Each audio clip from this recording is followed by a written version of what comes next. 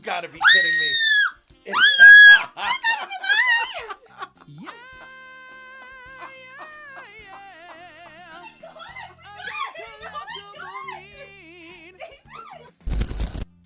Good thing I can use clips to go back to the VOD and change where it's clipped. I'm smart. And look at this putz.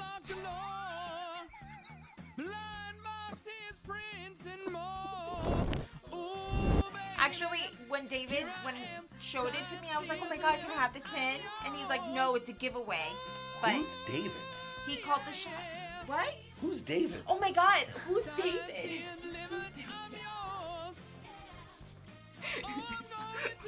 I gotta go.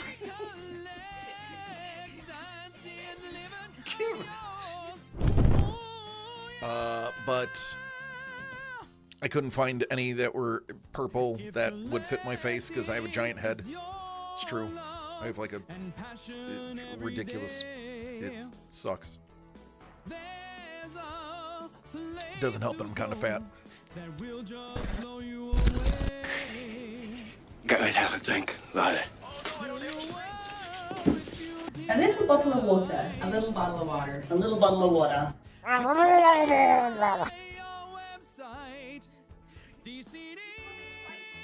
I instantly regret that. Dig out the little bone around the root nerves. And because there's supposed to be a hole where the nerves go through in the... oh, God. I can't believe I just did that on camera.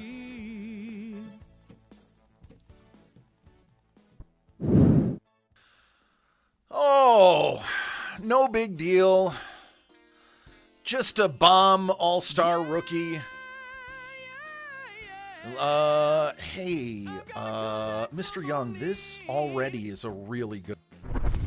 Oh, we're just done with phrasing, right? That's not a thing anymore?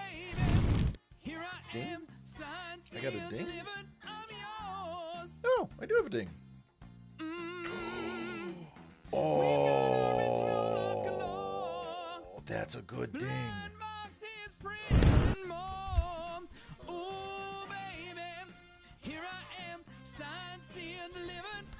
No.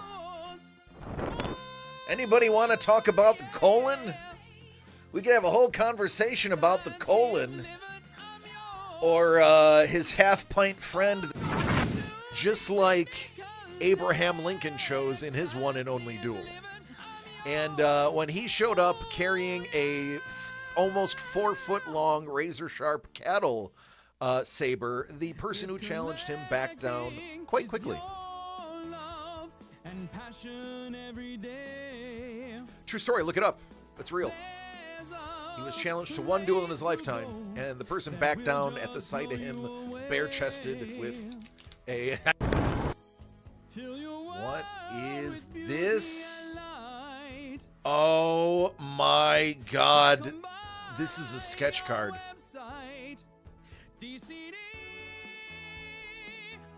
Are you kidding me? One of one! Mickey and the Beanstalk! This is going to be very expensive on eBay! Hello, Mel!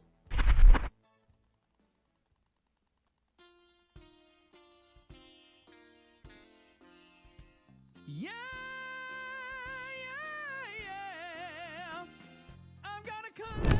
For a splash page and Action Comics 1050 signed and certified for Alex Ross. That was 109 for the pair. Crazy. These prices are crazy, man. Crazy.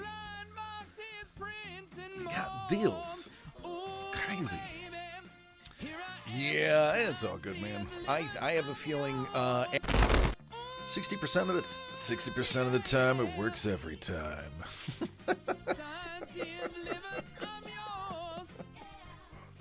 Sex Panther. It's made with real bits of panther. Stings the nostrils. It's a formidable scent. If collecting and his cousin Rory Rotator Cuff.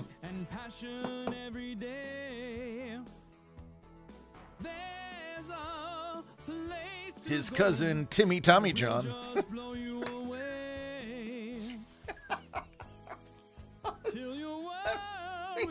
We need to keep that one. Timmy Tommy John. That's I love you, Carlos. Shang-Wai Lee. Yeah, tell us how you really feel, DC. Dan Iny. You son of a bourbon, you bastard. Bourbon, you bastard. This is a rare Sean Strickland. You son of a biscuit. I hope you stub your toe tonight before you go to bed. I hope he gets a Wander Franco. Well, he's got pack number 3. Let's see if 3's got that magic in it. You got the gooch!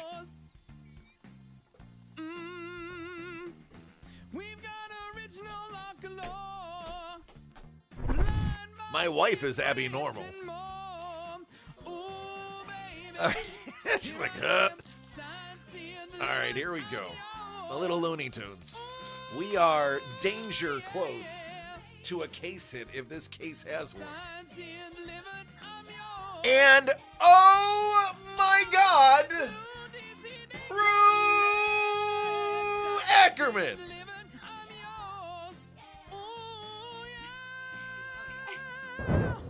Let's hear some bars. Okay, go. I got 7 Mac 11s, about 8 38s, 9 9s, 10 Mac 10s. You know what never ends. You can't touch my riches, even if you had MC Hammer and M357. Now listen, I'm not going to get into it, okay? Let's just get into the game. It's just going to be easier that way.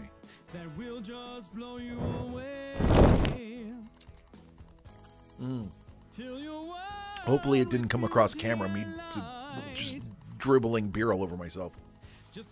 Nothing says family friendly like covering myself in beer. 2 C's. 2 C's, BK. A little bit thicker. 2 C's. Thicker than a bowl of oatmeal.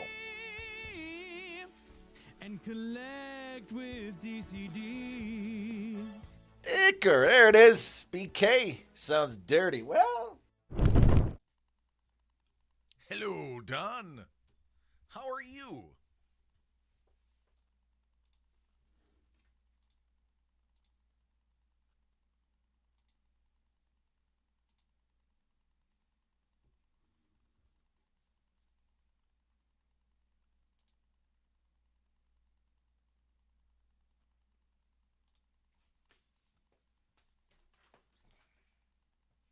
Working for the man.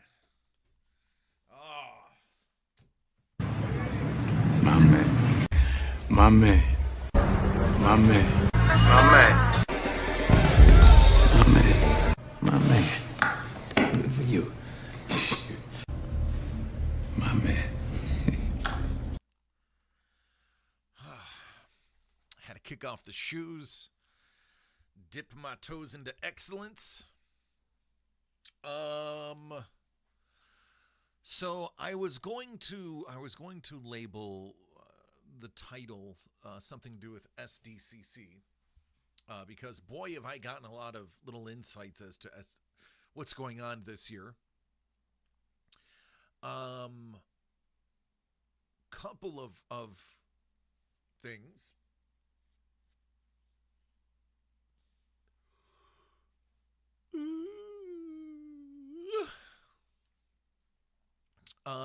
I got a little bit more sleep last night, not enough. But it has to do because I have to leave here and then drive an hour and a half round trip to get my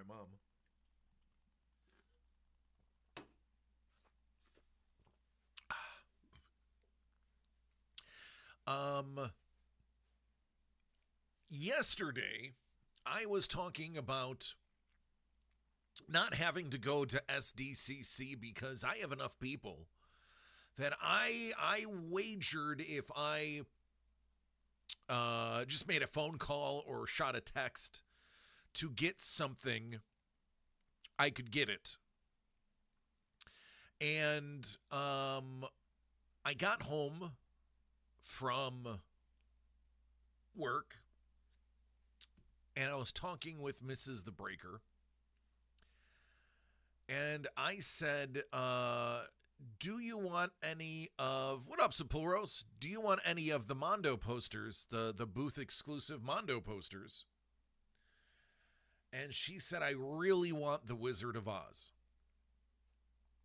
I happen to also really want the, and not to flip it for $250.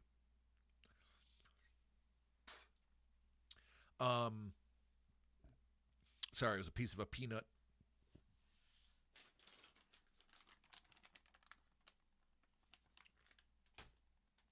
I have a lot of nuts on my desk. I have those nuts. I have those nuts. I have these nuts. There's nuts everywhere. So I said, well, let me shoot a text to a couple of people, see if anybody answers. So I shot a text, and about 40 minutes later, I got a response. Hey, just saw this. What can I do for you? And I was like, I don't want to take you away from your booth, but I need a Wizard of Oz Mondo poster. And if you can get another one, I'll take a Futurama one too. I said, all right, just give me 2 Wizard of Oz. I'll keep one, sell one. And he's like, okay. So he goes and he's like, yeah, they still have both. But the line closes at 9 and it's 20 till. I'm going to get in line, see if they'll take me. And they're like, no, they closed the line directly at 9. He's like, but they capped it after me. I'm the last person in line. I'll try and see if they can get me in before 9. And I was like, well, let me send you like $260, just way more than it's going to be. Just so you have cash on hand for whatever. You don't have to wait and you can get it done. He's like, all right, cool. So the next 15 minutes is pins and needles. He's like, I don't know, man. I'm in the last leg. There's only 115 of each of these. So I was not expecting much. And then at like 5 after 9, I was like...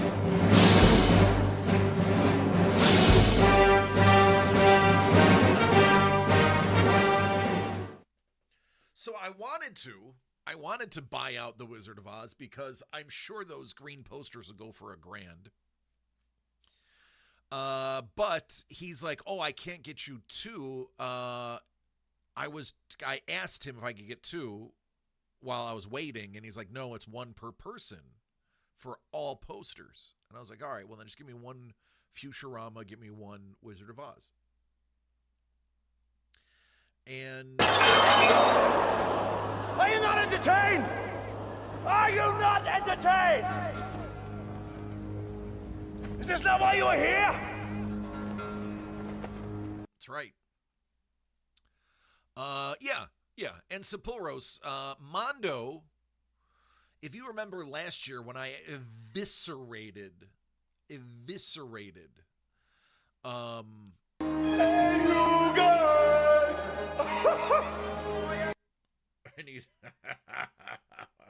I need 100K points to control the stream. Yeah, we got a lot. We got a lot of new ones. Oh yeah, no, Funko, who owns Mondo. Funko is it's PG-13. I can say this. Mondo is owned by Funko. Funko is ass as a company. But the people that own Mondo is allowed to still work autonomously. Oh, I don't doubt it. Yeah. Mondo works pretty autonomously. They're owned by Funko, but they do their own thing. They're right next to Funko, but they don't have the same rules as Funko. And if you remember last year, I was mad at Funko, and the people at Mondo were like, you can buy whatever you want here, because they didn't care that I was an exhibitor. Or actually, I was a panelist for that last year. And again, it was spoilers. Blind Cat did it for me. So BK came in clutch. He's like, I don't know if they'll sell it to me. I was like, hey, you know what? No, Mondo's cool. Funko is duty. The Mondo people won't care. He goes, and you're going I said, you're going at the end of the night. So it's not like you're taking away somebody's spot. Yeah. Poopy caca. So he gets there and they're like, yeah, no, you're cool. You can have one of each. You just gotta get in before 9. So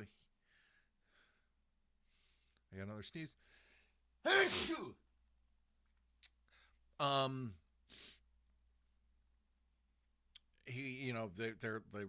fine with that. So 5 after 9 rolls around. I'm like, oh, he didn't text me at 9 to tell me he got them. He must have got cut in the line. They must have cut it off. Because even though they capped the line, they were still stopping sales at 9. Oh,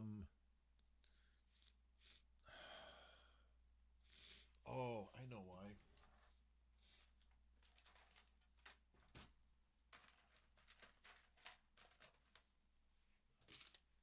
Do I not have my... Oh, no. Oh, there it is. Okay.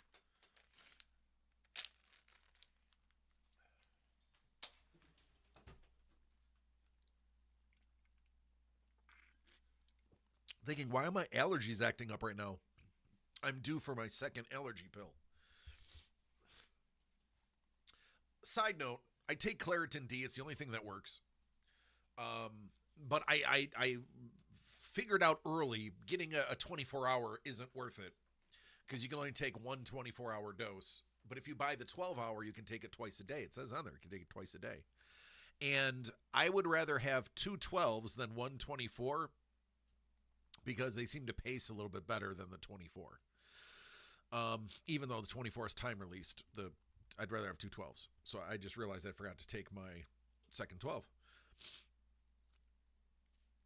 So Blind Cat calls me. He's like, I got him. And I was like, oh, you got to be kidding me. He's like, no, I got you a Wizard of Oz and I got you a Futurama. And he goes, I bought myself the Ninja Turtles one. I was like, oh, the one that's black, white, and red? It's so much better than the color one. He's like, there was a color one? I said, yeah, but it's an online exclusive. You have the booth exclusive. Yours is better. So I don't know what number I have, but that is coming home and getting framed. Very excited. It is white ink on a black board. I did not. And then I got the Futurama one. This one is a smaller one. This one was only $75. But I thought it was cool. And it's got Richard Nixon on it, so how could you not like it?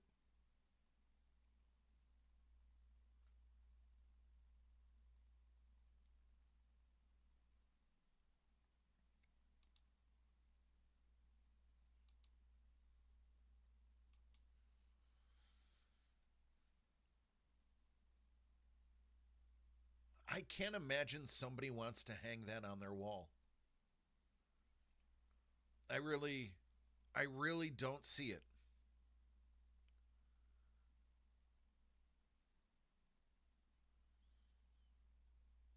All glory to the Hypnotoad. That's right. Yeah, I don't think I want anybody to it's a good bathroom piece. Ha! It is a good pooping piece. Yeah, he does look like he's taking a dump. Real constipated dump. I never realized that, and I always knew there was something wrong with that photo. This is the one that Blind Cat got that I'm actually kind of jelly. It is, in my opinion, so much better black, white, and red. Put it next to the Liefeld Captain America, right? What up, Carlos?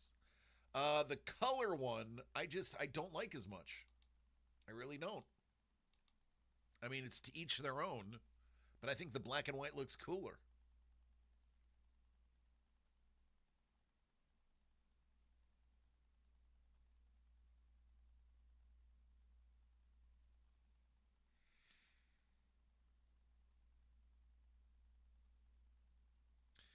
Did you see Shredder figure they had out? Hold on. No, I did not.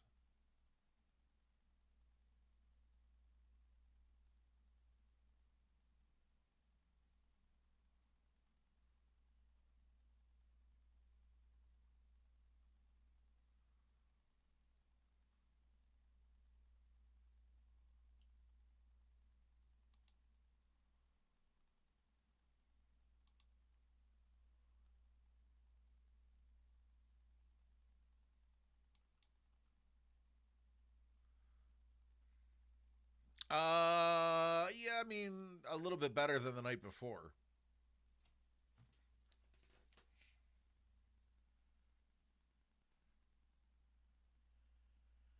Oh, I have an order.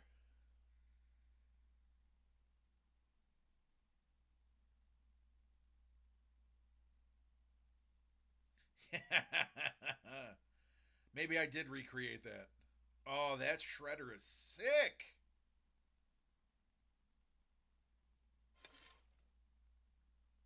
Yeah, that's freaking dope.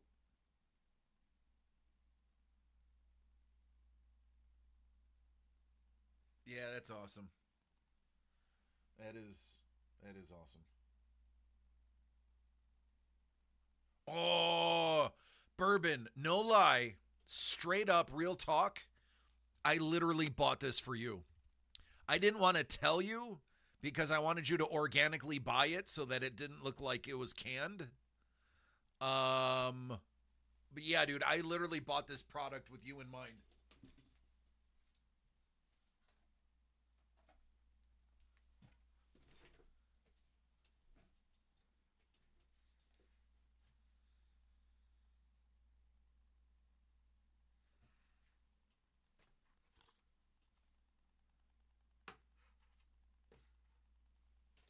I know.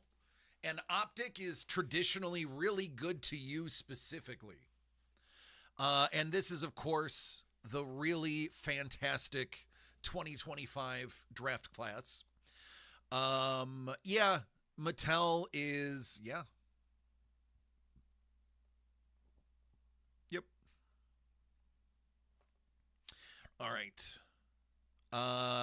What's in the box? What's in the box?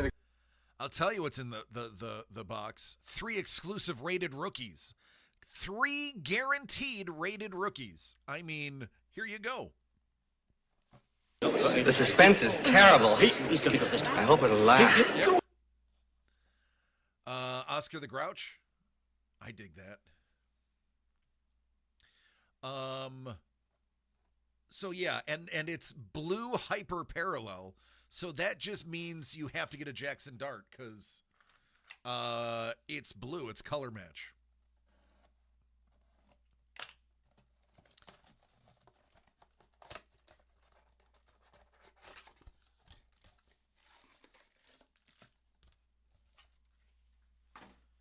You know, it's funny. I said if somebody buys cards, I'm screwed because I didn't take out the garbage.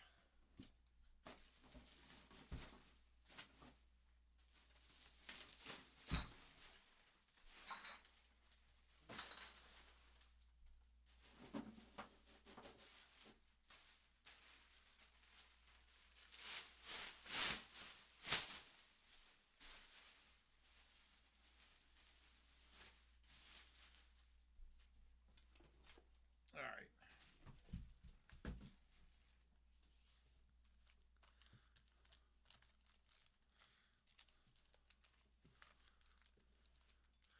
Here we go. Oh, the auto.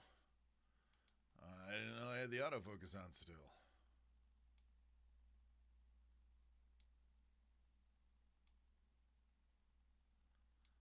Bourbon, you're due. Let's get your due. Let's do it. We're going to start with a Jaden Higgins rated rookie. That's just a regular one. How about a Kyle McCord? That's a Quinshon Judkins. I mean, you've already beaten the odds. Look at you. You got a memorabilia. And it's Juggy.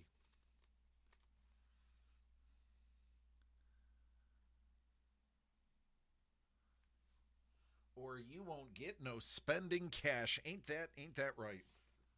Do I not have my top loaders? Wow, I am hideously unprepared. That's a good thing.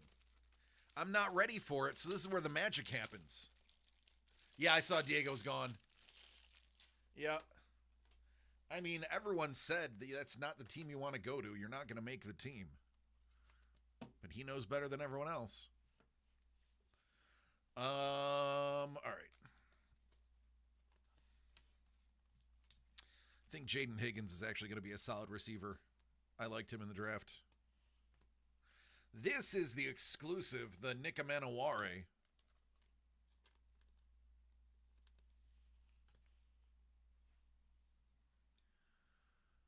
Braylon. Good old Trent Green. Little Rashad Bateman.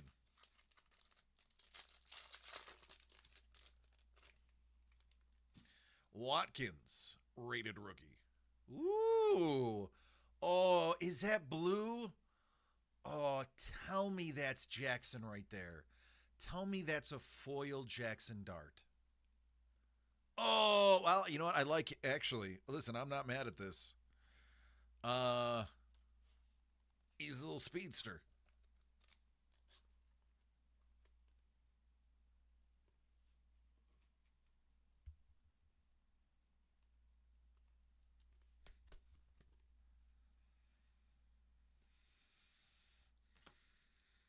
Najee. Fields. Ozzie Newsome. Mike Evans. Yeah, the league with PR and KR points. You're welcome. Although, the real kickoff, no, it's not Aomanar. It's the other guy I got is their kick returner. That is just blowing people out the water.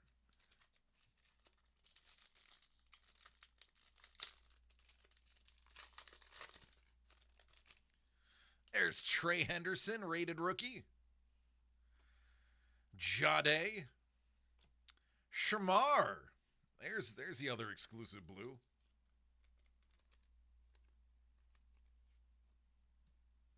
I think Shamar had a good year for the Bengals.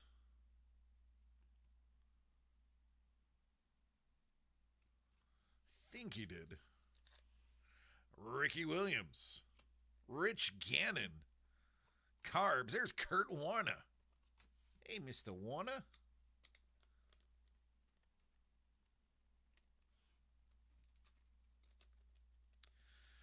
Trevion.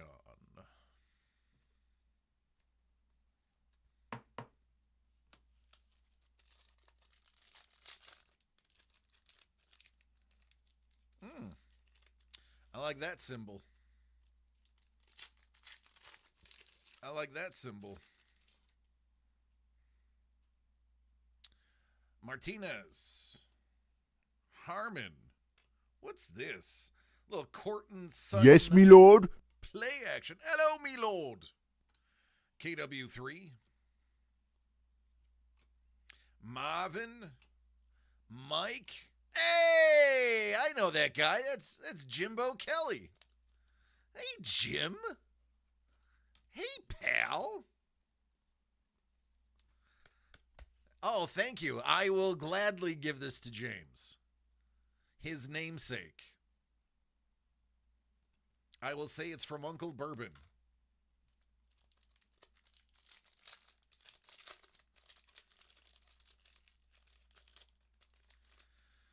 Jod. Tesla. There's a nice blue one. There we go. He's good. He's good. Wait till they scheme him. That kid's got range. That's a keeper.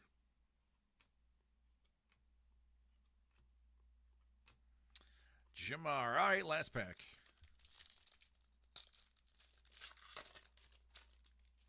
Ah, buddy. There's your Jackson Dart rated. Hey, listen, man, I told you were due. I told you. I said, listen, the bourbon, he's due. This guy needs a little love.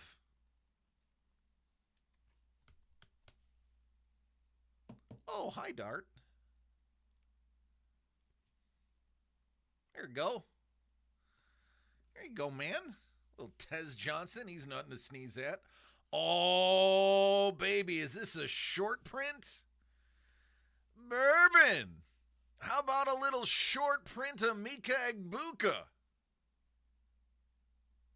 Little throwback. Little throwback shorty. See, dude, I told you I bought this for you.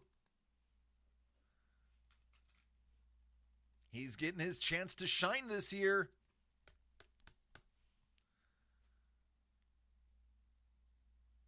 He's going to strap that offense on his shoulders.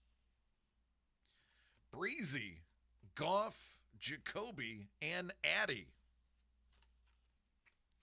Yeah, listen, for the price of that box, you did very well.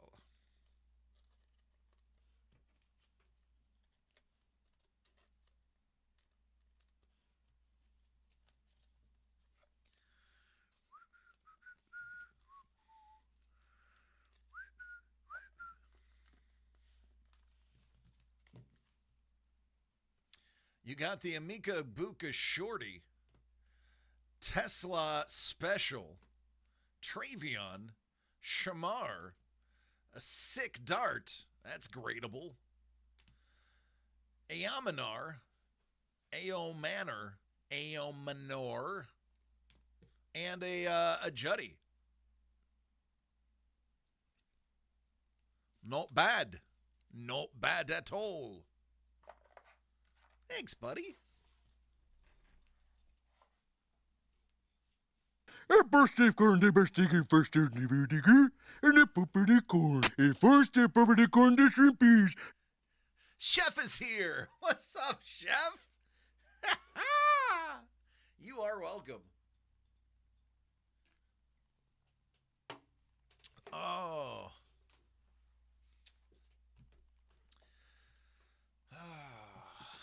Good one.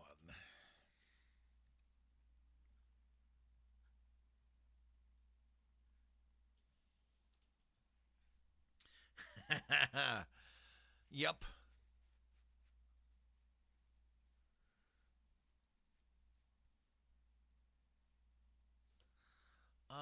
There's something else too.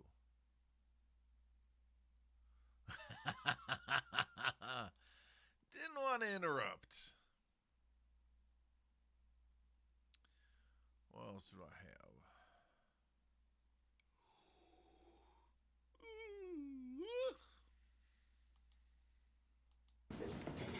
You think we need one more?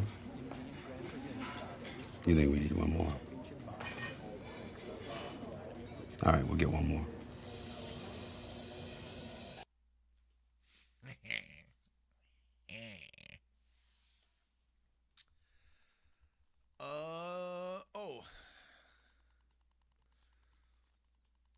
I don't have $400 to blow. But these are really cool.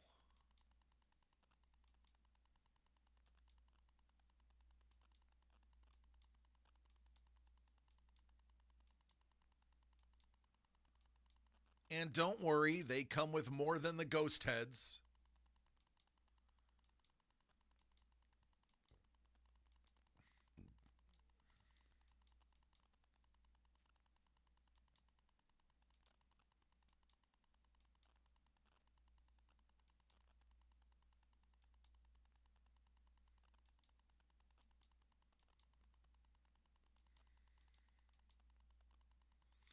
the dramatic cinematic lighting.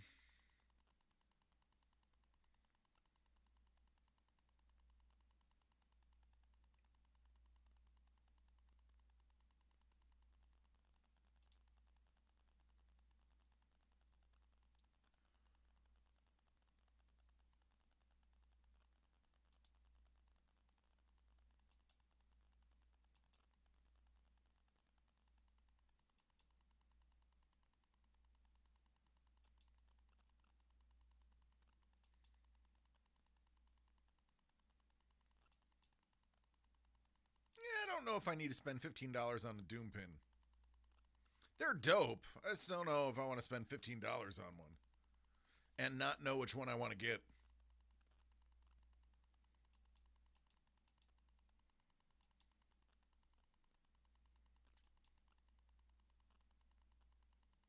That is a dope Mothra.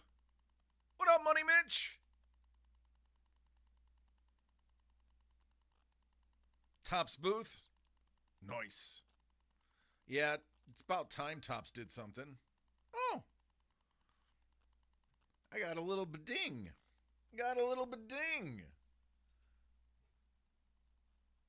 Bourbon's like, yeah, let's do that again. Let's run it back.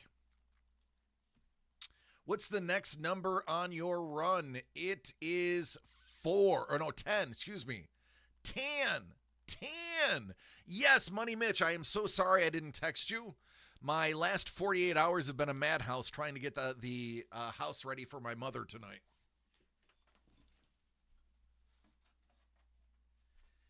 He was overjoyed. He was super excited, and you picked the perfect chip. He's like, why is it called Jim? I was like, because that's the name of it. This is the Dangle Box? Okay. Yeah, I appreciate it, man. Thank you. Money Mitch sent Jimmy a $10 poker chip, award chip, and a $1 Diamond Jim's chip from Vegas, because he and Jimmy were talking about chips when we were in Vegas together.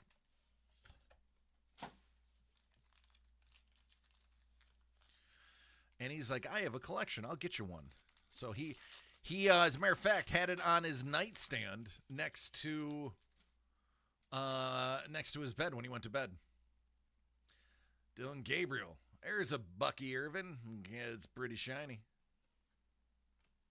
Pitts. Plummer.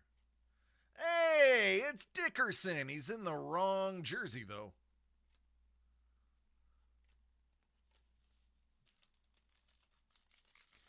We like our Dickersons in Ram jerseys.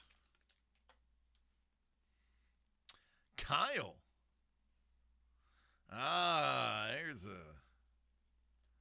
There's a pretty good tight end.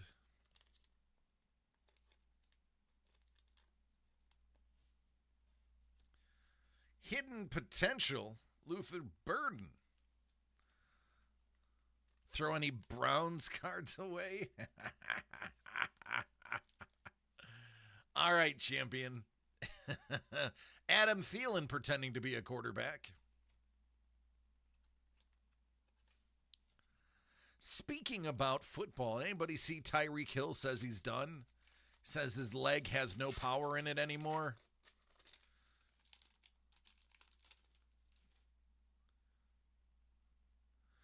Tim Horton's grandson. Tyler, yeah, just can't move his leg, which is kind of needed for a wide receiver.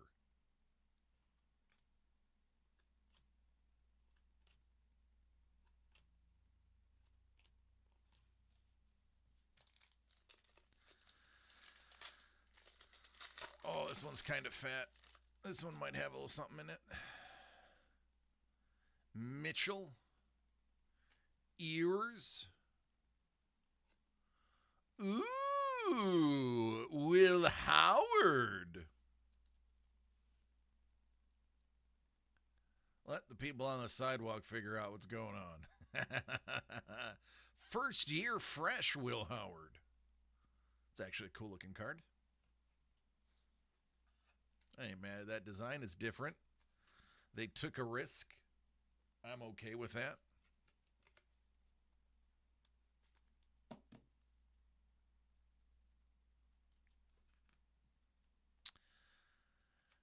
Jarquez Hunter. Neighbors, Russell, and Camera. Stop killing the trade value. Okay. Oh, he's a wise investment, that 45-year-old wide receiver who can't use his leg and has more child support than you can imagine.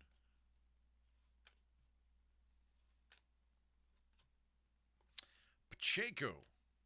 Aaron. Last pack. This is the dangle box, and he's getting dangled. Until you pull the Cam Scatabo, who almost blew out his knee doing a backflip.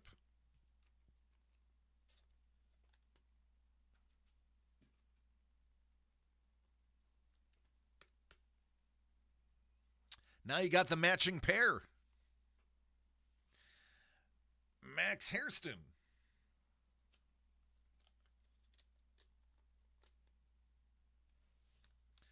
Ooh, Diamond Hands.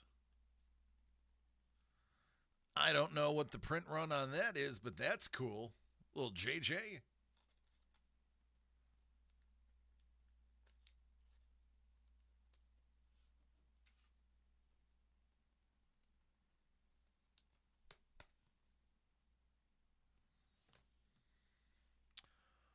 Warren Ertz. Mac Keekley.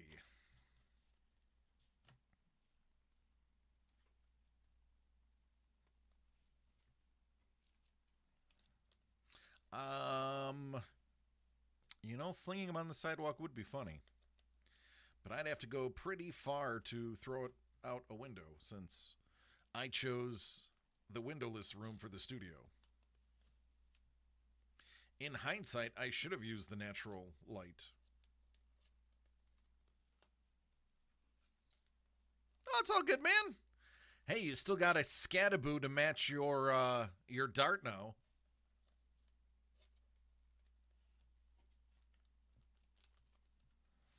Loveland isn't anybody to sneeze at.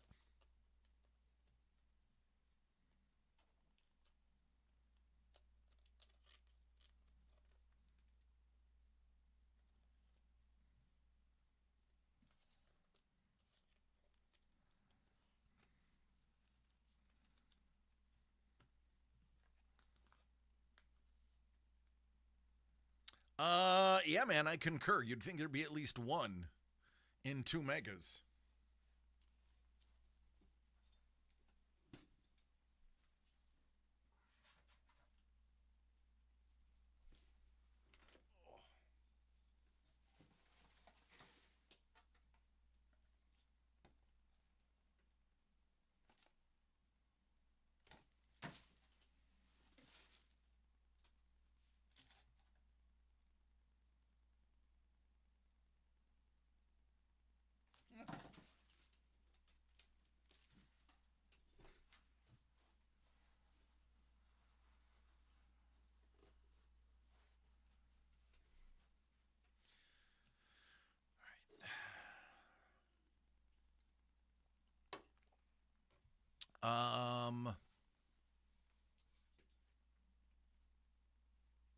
If anybody else wants to dip into football, these are Prism Hobby Megas. These are different than regular Megas. I don't know how. I don't know why. They were the more expensive ones. I think they're supposed to have a better guarantee. I don't know. I just bought the one that was nicer. Figured somebody would go with the flagship Prism. Oh, that Mothra glows in the dark. Yeah, that's really cool.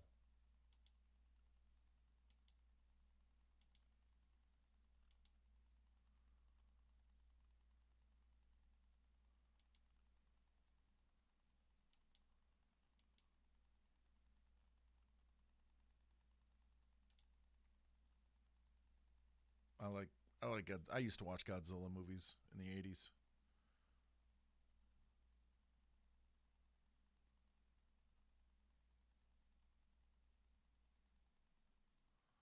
Sold out, sold out, sold out.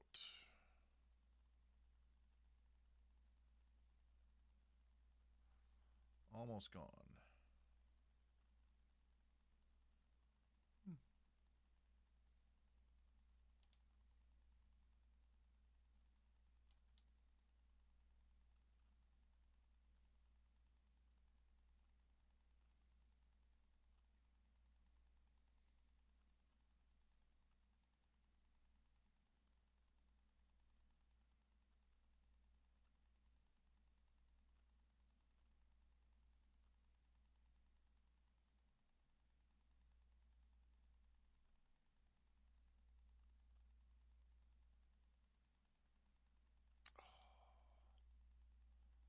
That's pretty sick.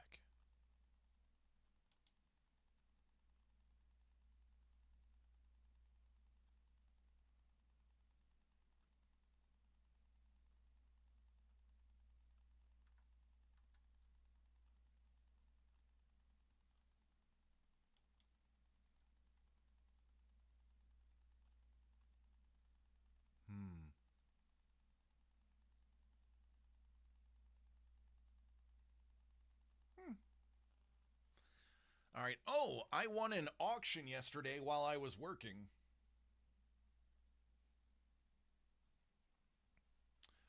Let me show you what I won.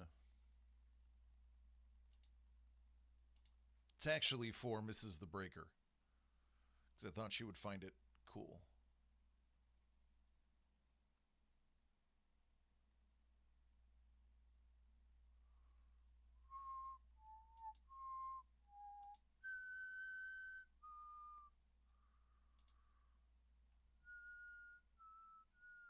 Let me log in.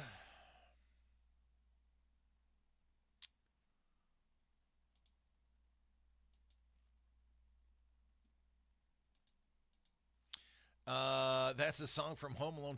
Yeah. It's a Christmas song. And they did use it in Home Alone, yeah. All right. My orders.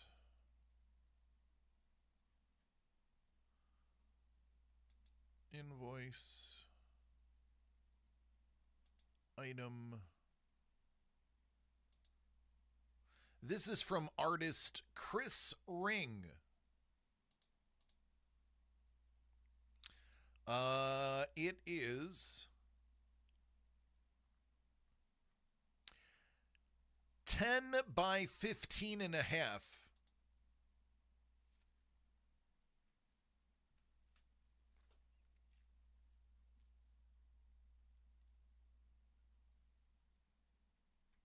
How dope is that?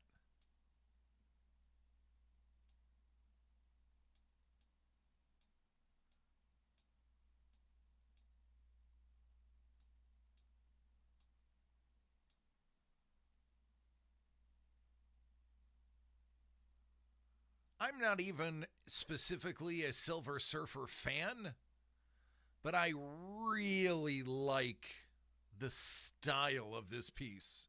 And I knew it would be right up Mrs. the Breaker's alley. And sure enough, when I showed her, she was like, oh my God, that's stunning. I'm like, I know.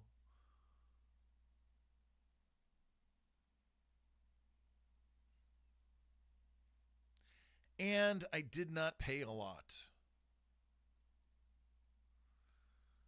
$94, including the hammer fee. I won it for $65. I got it for $65. Buyer's premium made it $94. So less than $100 for some original art. It was funny. I agree.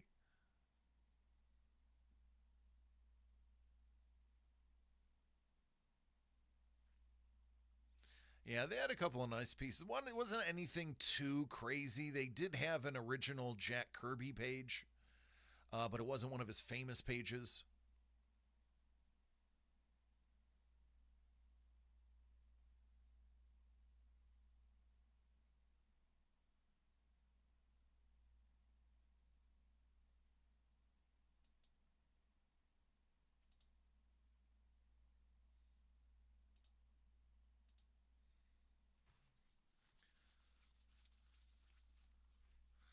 The ice pick placement. Yeah. Meh.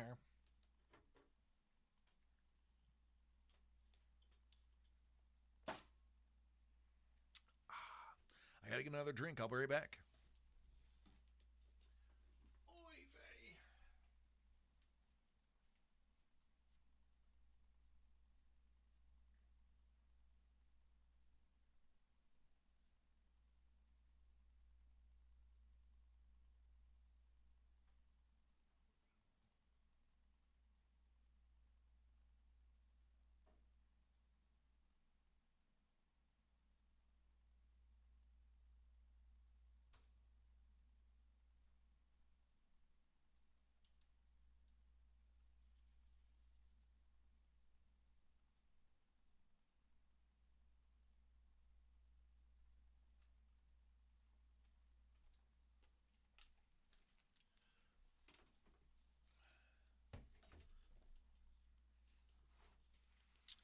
Oh, here we go.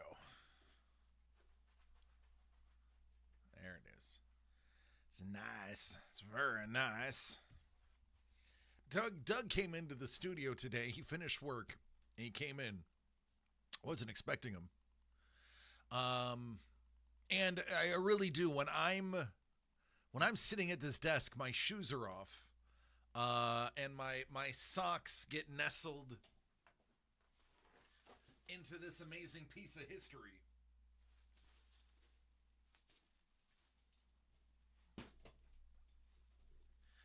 And I was like, oh, hold on, let me put my shoes on. And he looked at me like, why are your shoes off? And I was like, it's the football mat. I was like, just leave me alone. I'm weird. I'm the talent. I'm not supposed to be normal. If I was normal, nobody would watch. Speaking of normal, I have to see if I can bring back Fugs. I can't remember if I was doing Fugs on OBS or if I was doing it on the other streaming network. So I've decided I want to see if I'm capable of doing Fugs again and have that be one of the days that I'm live. Bring back the old game show.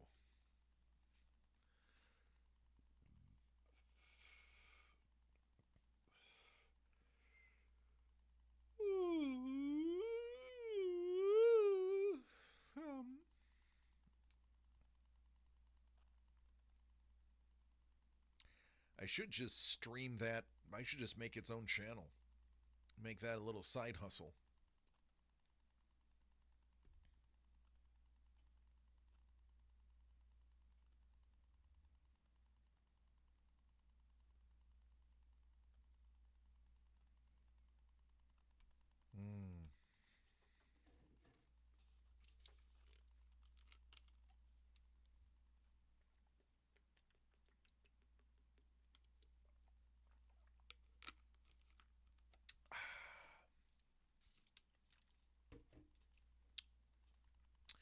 So, San Diego Comic-Con, apparently one of Bourbon's favorite human beings in the world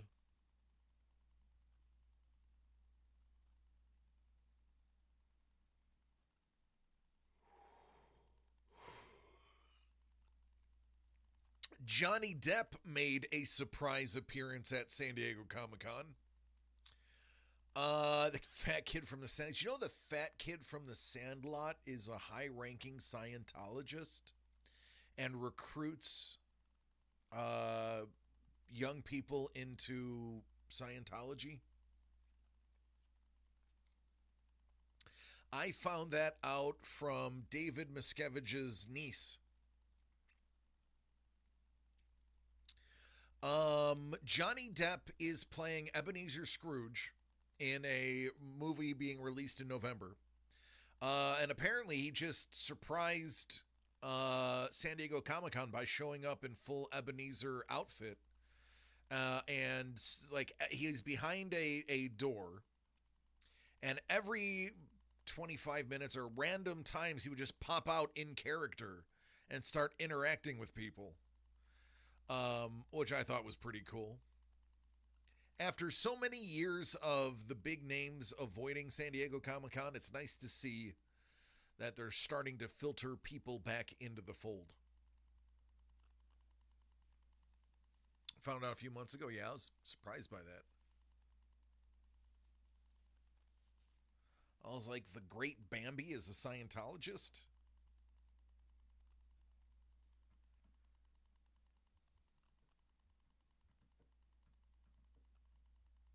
I did verbal memory test online the other day. The number of words you need to remember grows continually until you can't keep them in your head anymore.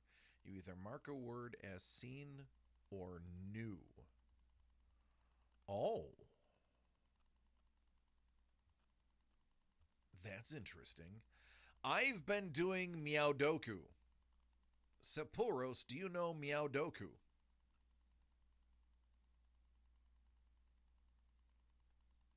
Oh.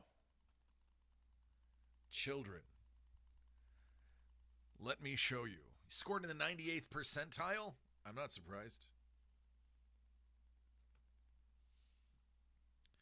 Too many ads? 169 words? No, thank you. It's an ad per game. So yeah, it does have some ads to it. I don't need this. I don't need that. I need... Nope, not that either. It's my bird watching app. You're on level 919? Oh, I mean, I just started playing.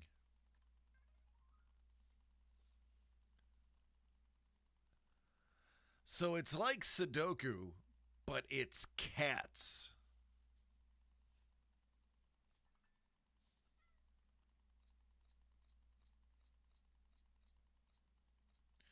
Think of it kind of like Minesweeper in a way.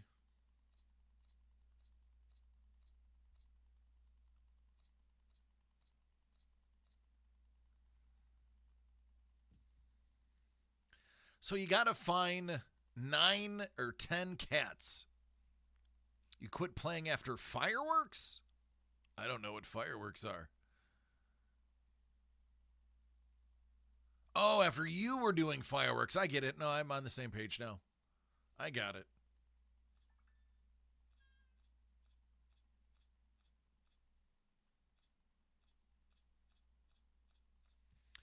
So each color only has one cat. Each row, each column only has one cat, and no two cats can touch each other. So then, through sheer deductive reasoning,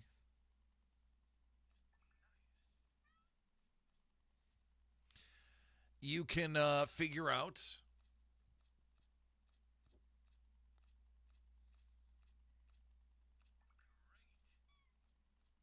where the cats are.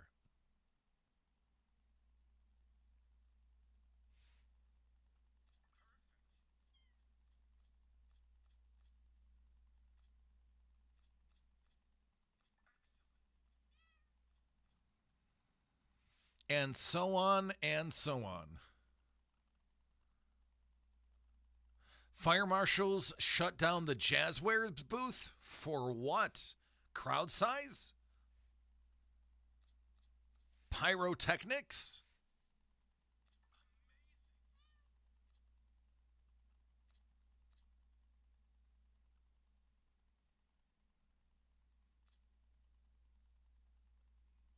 First come, first serve. Ah.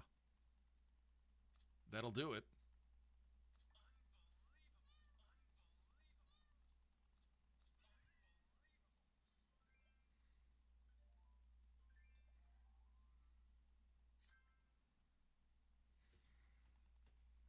Three-ring circus complete with elephants and monkeys.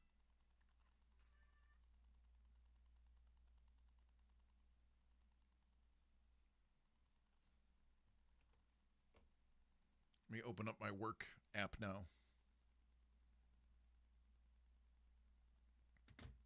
There we go. Uncontrolled crowds, pretty much. They had to change to a lottery ban system. Yeah, it's...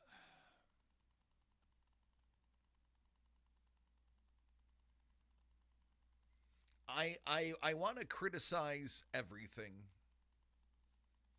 but I feel like I shouldn't criticize unless I have a solution. I know it starts, and it starts with one per person. They yearn for the malls. One per person, per account even. Make them buy multiple tickets to get multiple items. If you have to pay $400 per ticket, per item, you're going to be less inclined to scalp.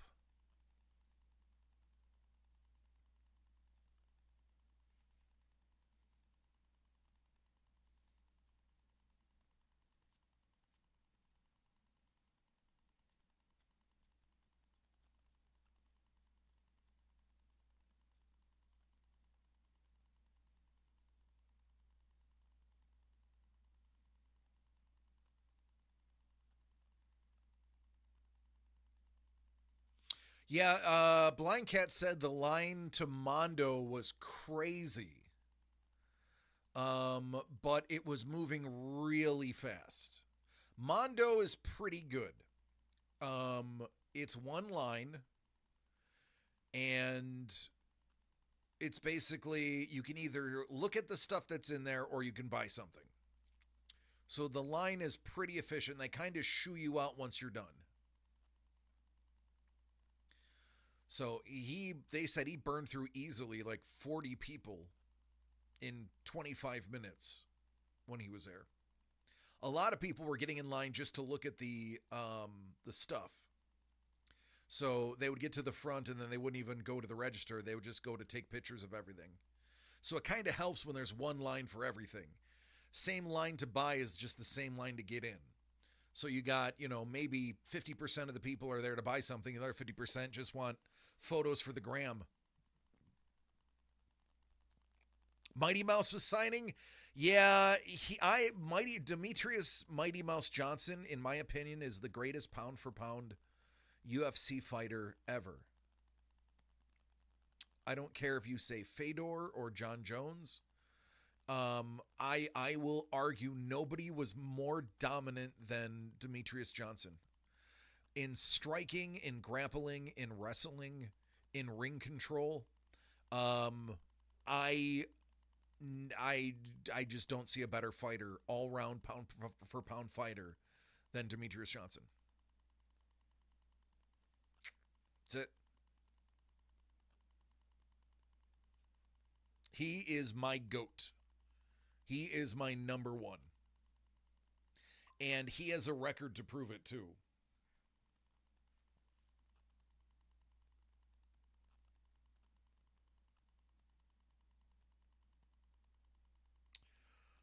Ooh, Money Mitch got some toys.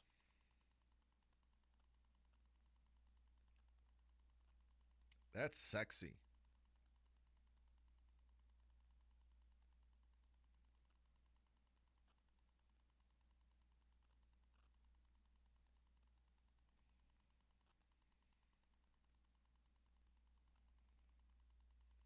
I like the foil.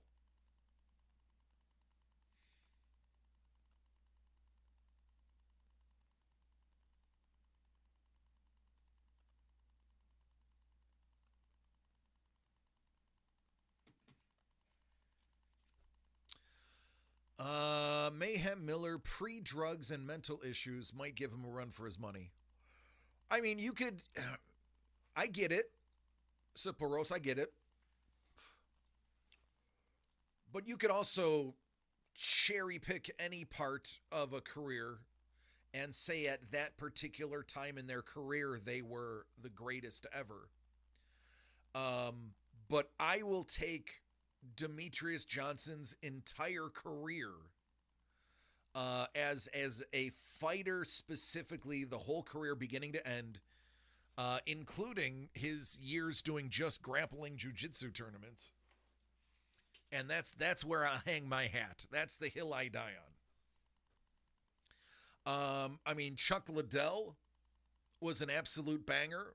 I mean, Tank Abbott in his early days.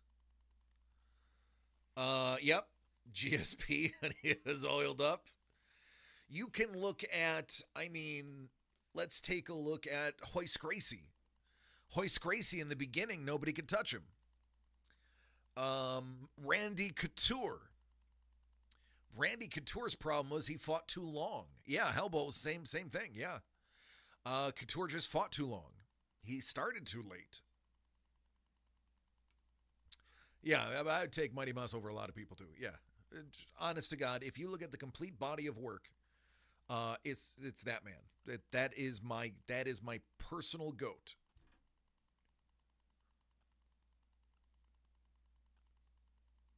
I don't remember who he was fighting, but he was fighting somebody, and they were going. I was like the third. I want to say it was the third round, and he was beating this guy so completely. He had him in. I want to say it was a rear naked choke, or might have been a guillotine choke, and the guy, full well knowing the time, tapped at, oh no, it was fifth round. I remember it because he had 1 second and it would have been a decision, but she would have lost the decision. But he tapped out at 4:59 in the fifth or third. I can't remember. I think it might have been a non-title fight.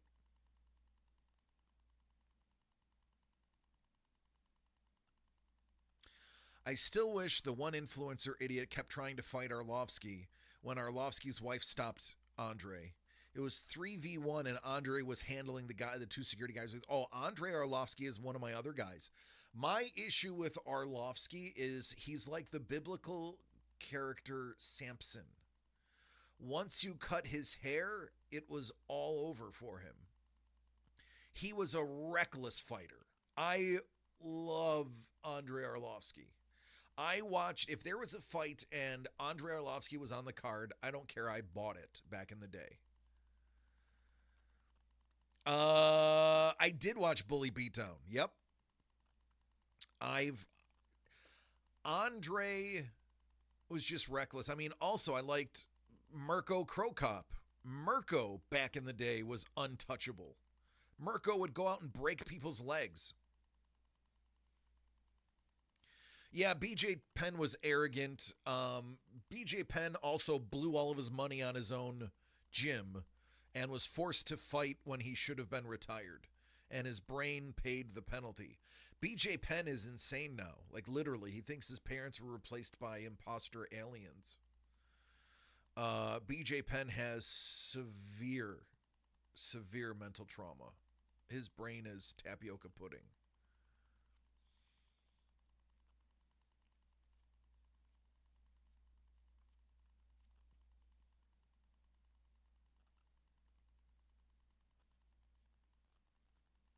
Yep.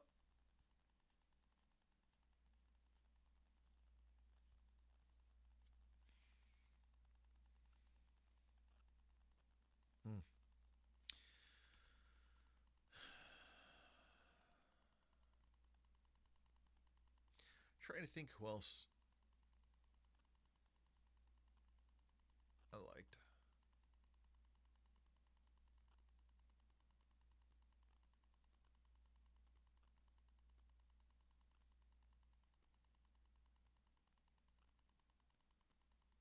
Oh, yeah. The tournament era was absolutely insane. The issue with the tournament idea is so many people were getting injured after wins that it was forcing stoppages. So I understand it, but they should do like tournaments. All right, this is a 3-week tournament. You have 1 week recovery time. Don't break anything. Yeah. Yeah, it was really like a last man standing type thing.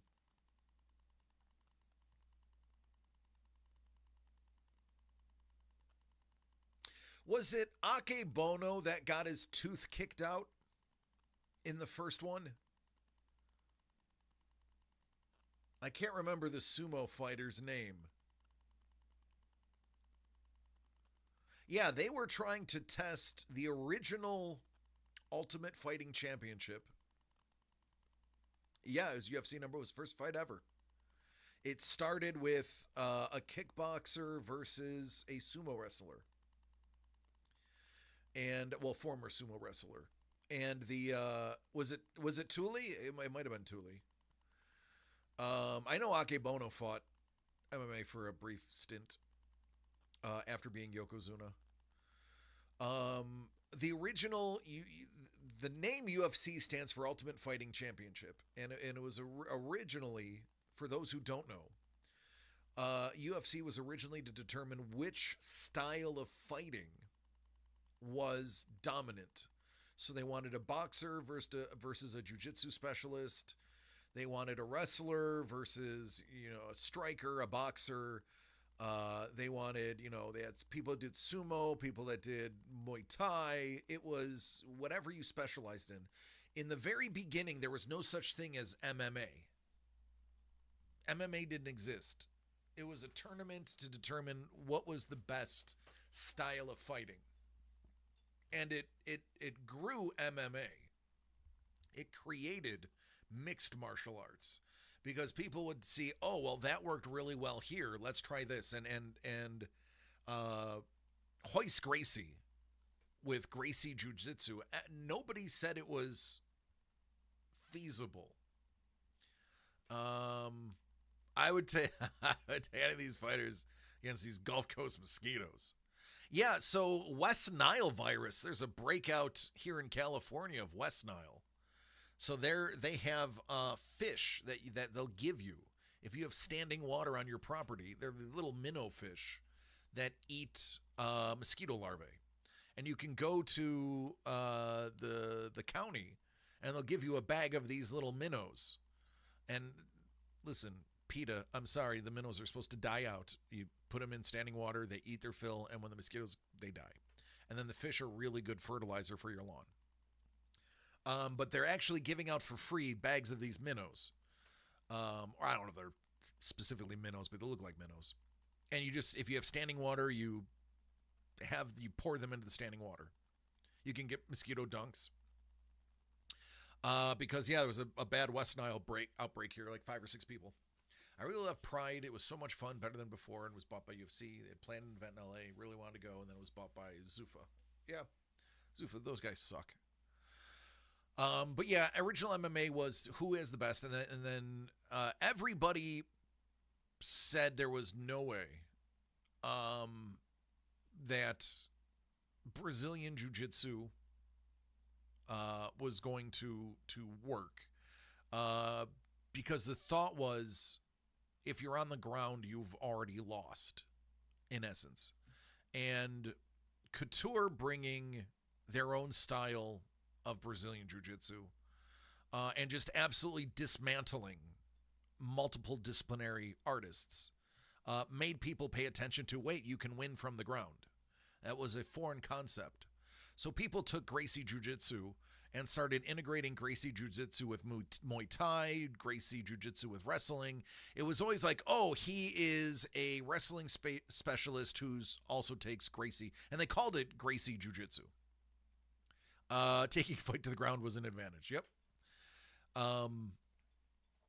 And there was, boxer who also takes Gracie. Everyone was taking Gracie Jiu-Jitsu. That's why you see these Gracie Bar academies everywhere. Now, Gracie Bar, not the same.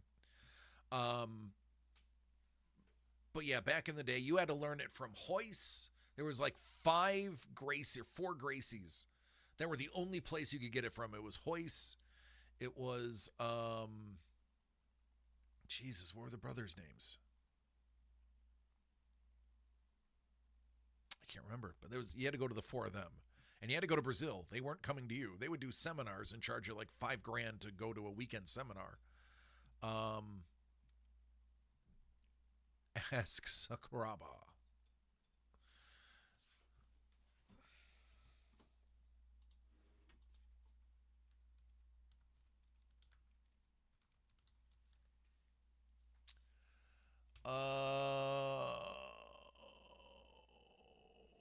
Carlos, Helio, Renar, and where is it?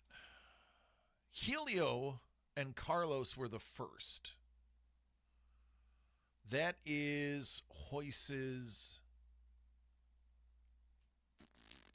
father?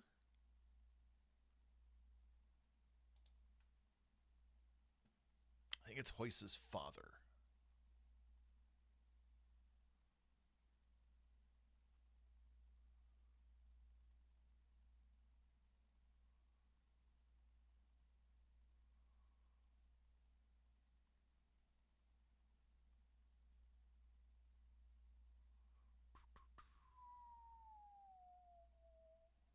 No. Yeah, Hoyce is Carlos's dad.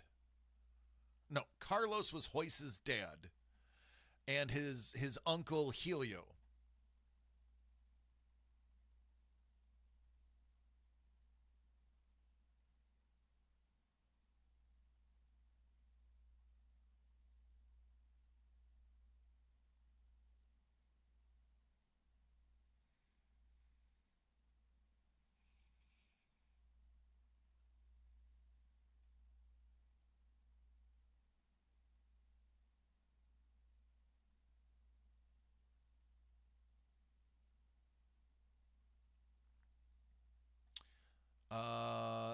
Because he beat the whole family. Interesting fact: Helio claimed he chose Hoyce to compete in UFC 1 over Rickson because Hoyce was not as physically intimidating, and it would prove definitively that Gracie Jiu-Jitsu worked against larger opponents. Other promoters claimed that Rickson was the first choice but demanded too much money to appear, so Hoyce was given the opportunity by default.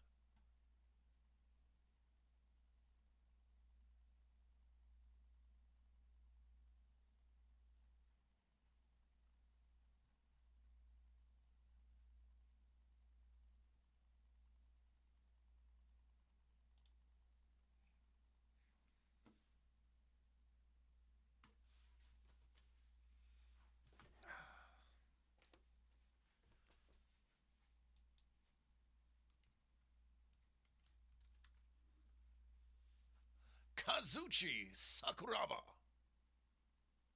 the Gracie Hunter.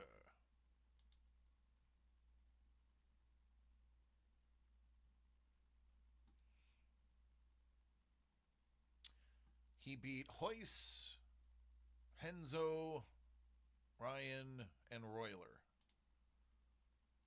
Although I'm pretty sure I'm not saying his name right. Hoyer Gracie.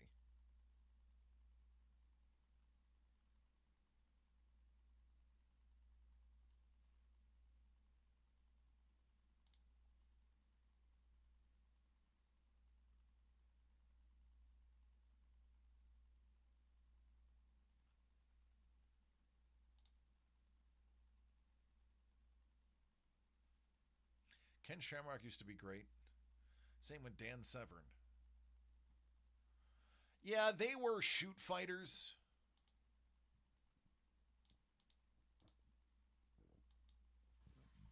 Excuse me.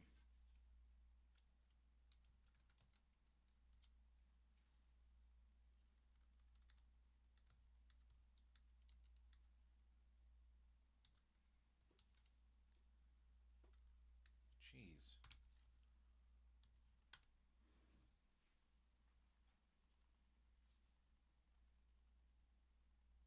Dan just had one of the greatest mustaches in all of fighting.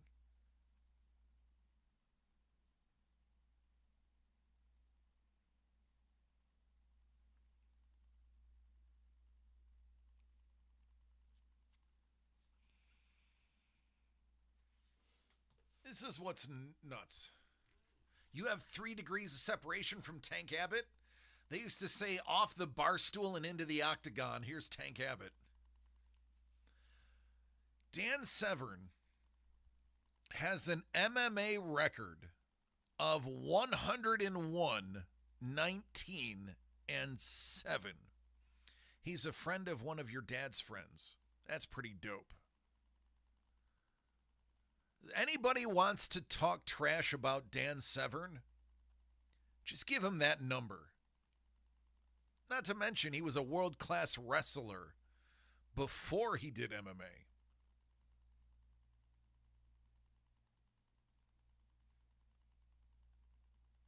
Dan Severn would probably beat us all up still. Yep. All of Chad versus him. That's true.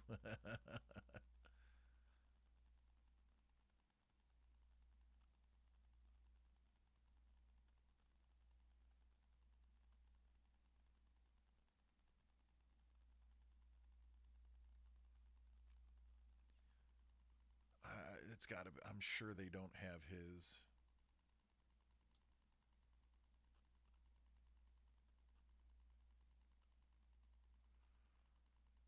Oh, there it is.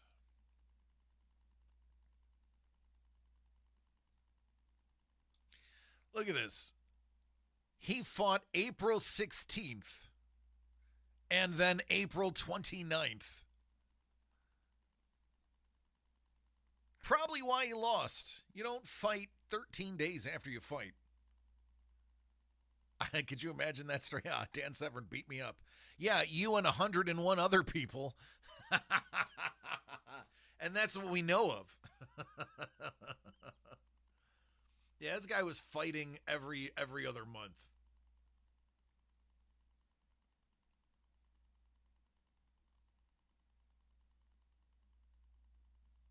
I mean, some of these guys are bums. A lot of these guys are bums.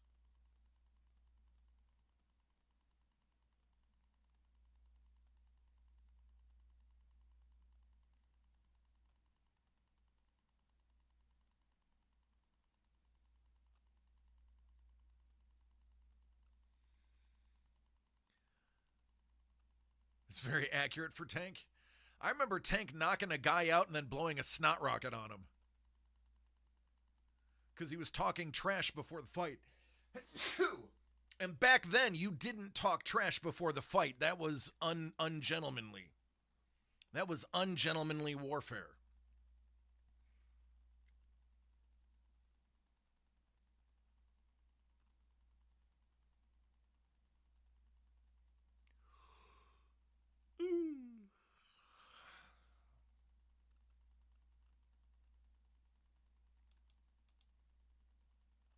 No pictures of Tank. That man was so ugly they couldn't put a picture on his Wikipedia.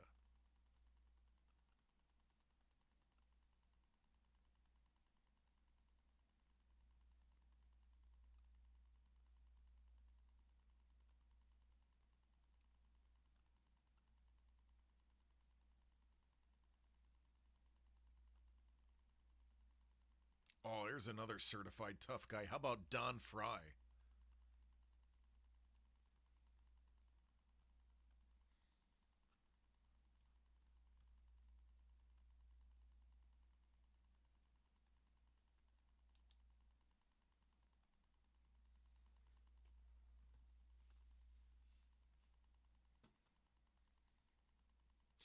Favorite all the clowns that weigh in and stare down. Things act like clowns and get demolished. Oh, God, yeah. It has become like, so one of the original trash talkers of the UFC that did it in a WWE style was really, I mean, there was people before him, but Chael Sonnen really was the one that was like, I want to take elements of wrestling. And it was funny because I remember watching those days and Shonen would be saying stuff and Dana White would be like, man, that's trash. I wish he wouldn't do that. This isn't the WWF. You know, this is a legitimate sport. And then he would get so many ticket buys that, like, now Dana's like, oh, shoot this person before the match. We'll get you our lawyer so you don't go to jail, but we need you to, sleep with this guy's wife. Do it, but do it live on Kick so that everyone can see it. And then Dana White suddenly was like, oh, you mean this stuff really works? These redneck neckbeard yokels love this stuff. Let's do it. But I remember when he was saying, God, I wish he wouldn't do that. I wish, this isn't the WWE. Now he's like funding them to go to their neighborhoods in Brazil and like slap their 5-year-old niece in the face on camera so that they can get buys to these tickets. They're letting people be blatantly racist and dangerous with their rhetoric just so that you'd watch to hope that guy got beat up. Oh, Sonnen loved the WWE. Loved it. They cross-promoted him a few times.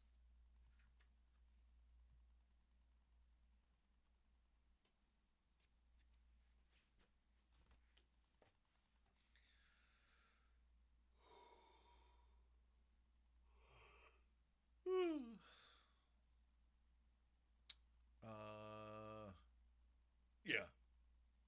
I give CM Punk credit for trying. I'm not a gigantic.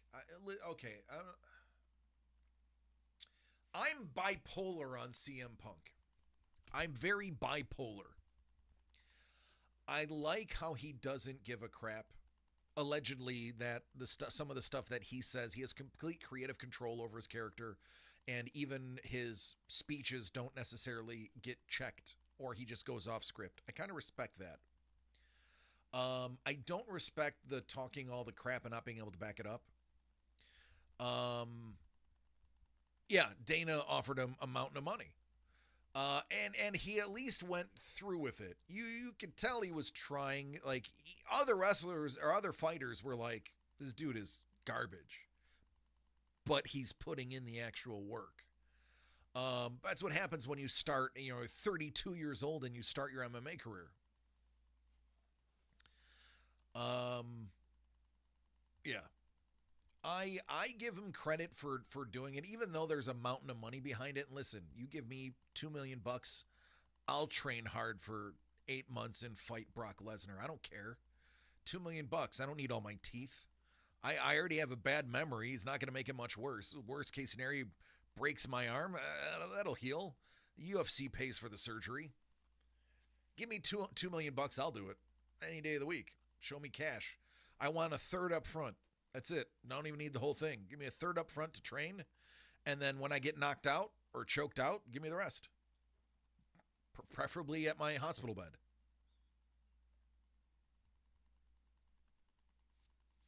But he did it. He went through it. So, who was I? I was watching something about Make-A-Wish, and Seth Rollins and his wife were doing a Make-A-Wish thing. And boy, man, I don't know if Seth Rollins has kids from a previous relationship, but that dude strikes me as a good dad. Just the way he acted around the kids, and you could tell it wasn't for the camera. It was just he was naturally good with kids in a very positive, reinforcing way. So I hope he decides. He does have a daughter with Becky. You can tell. See, I don't follow. I don't follow wrestling or their personal lives. I'm a casual observer. You can tell he's a dad. Like, and you can tell he's a good dad too. Forrest Griffin, I liked Forrest Griffin. Forrest Griffin was the only guy that already looked beat up before he got into the ring. Because if he wasn't gassed, he wasn't ready. I had a lot of respect for Forrest. What up, T-Bone? Shouldn't you be hitting up the exclusives lines? It's only $7.25. Trevor is at San Diego Comic-Con, or at least he was earlier today. What are you in line for? The bathroom? That's where I'd be. Driving home from Comic-Con, bought a grill. Okay. And an original art gunslinger. Nice. Oh, a Grail. Grail today. Got it.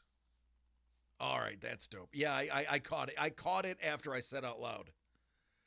I was like, I could just see him coming in with a grill. Just says gunslinger.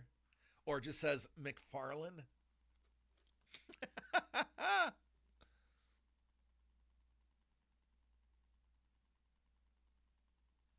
That's right. It's a Team McFarlane signature grill. Nice, man. You'll have to show me. I ended up getting 2 Mondo posters. Gunslinger number 1, pages 1 through 5. Holy buckets. Somebody spent a few $1,000s.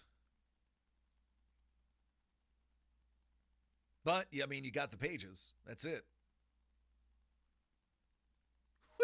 Simpler is like, we were thinking different grills. Yeah, it's Phil Tan. Yep.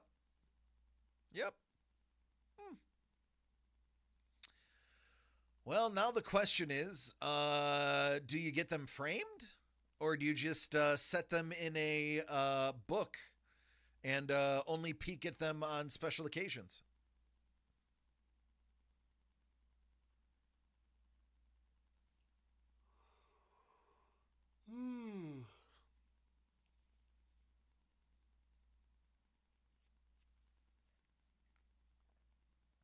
Oh, that's freaking great. That's great. Was that a contingency of the purchase? I'll buy them if you go send me to Todd. I'll be like, I'll buy all 5, but you got to send me to Todd. No. I would have been like, I'll buy him. Bring me Todd. Just got lucky. That's awesome. Good for you, man. That's dope. That's exciting. We want pitches. Here you go into the old school roller decks. Yeah, I like those. I never thought about buying one of those and putting in a room. That actually is not a bad idea.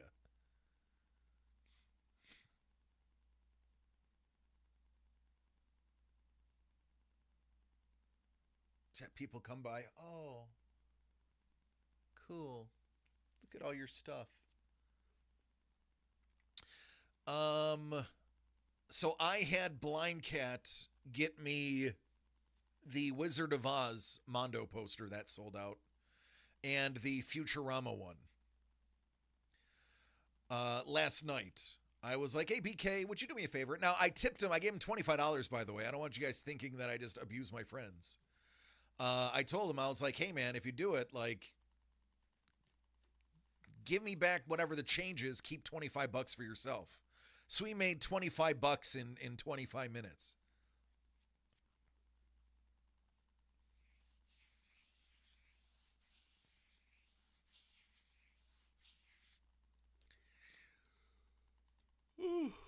Actually, he might have been about 35 minutes, but still, I tipped him 25.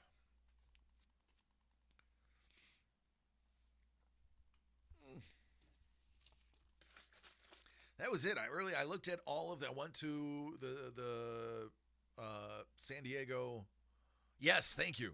Yen is at an all-time low. Time to buy. I went to the San Diego Comic-Con site and look at all the different people who are saying their exclusives, and I was like, I don't really need a lot of this stuff.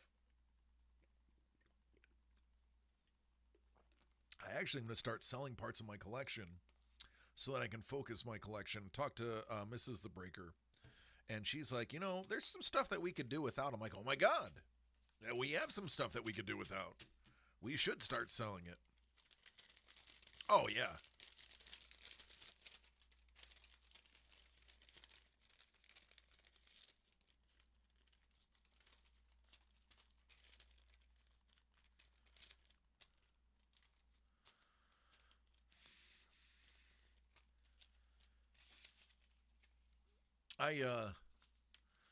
Joe, I finally got your item out today. Sorry it took so long, but I waited in the line today before work got it out. So couple weeks should be there.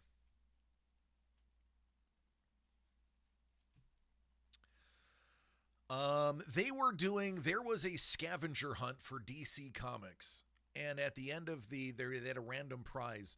They had different street signs, and the street signs had QR codes, and you'd have to follow the street signs and scan each of the QR codes to basically check into the street sign, and then at the end you would take it to the booth and they'd give you a prize.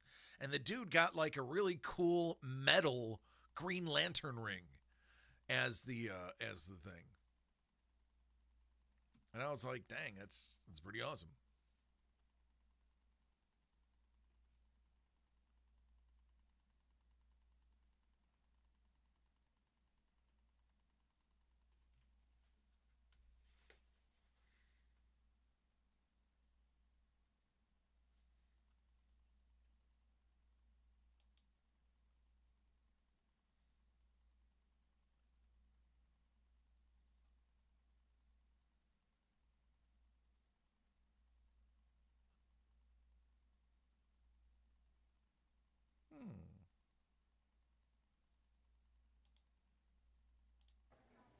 I'm going to make him an offer he can't refuse.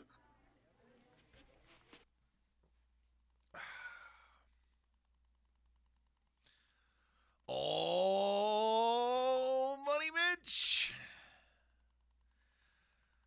Oh, so is that going to be like your Sunday driver? Or do you plan on putting some miles on it?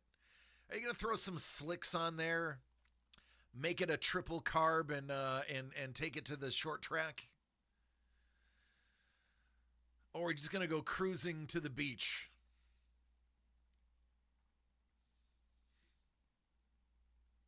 Heck no.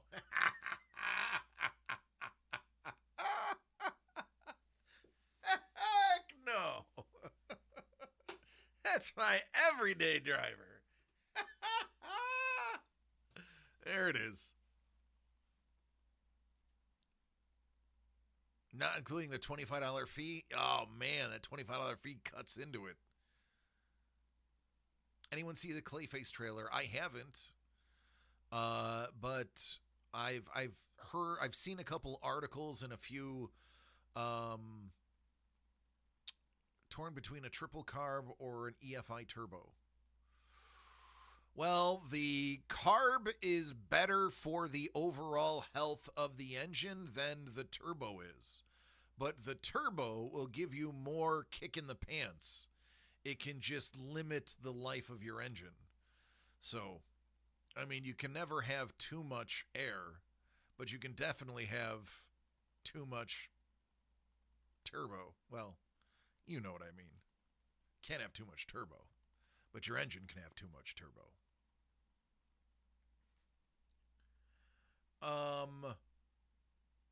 I've seen some like doom scrolling on Instagram. People were talking about it. I didn't stop to see though. Not with the L28ET. I mean, that is a solid. Yeah, that's when engines were made to live forever. You couldn't it took a lot to overdo them. I love you, Elbow. I just think the triple carb is cool to look at, especially if you get it in red or orange and chrome. That's it. I want you to color code all of the tubing, all of the wiring. I want you to take all of the foil wrapped asbestos tubing off, replace it with color match. That's what you were saying. Yeah. Mrs. the Breaker is actually familiar with that car. Her dad was a motorhead and did a lot of modding. And I showed it to her and she's like, wait, which is that? I was like, all she saw was the rear end, and she's like, wait a minute, I know what that is. Her dad did a lot with Porsches and BMWs, though.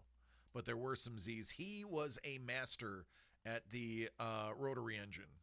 So the old Shinkas, he used to race the rotaries.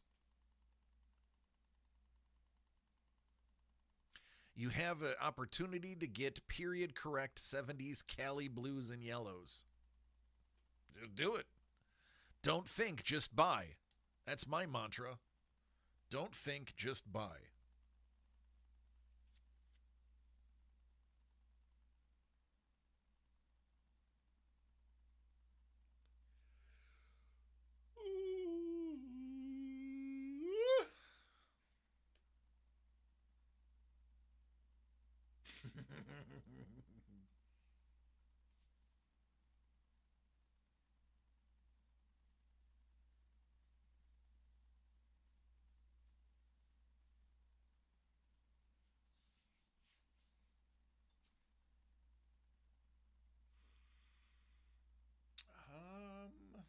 What else I got going today?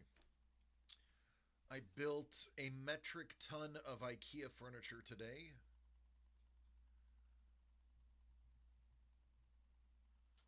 Bed was delivered today, but that's not going to get put together till tomorrow because the mattress doesn't arrive until tomorrow.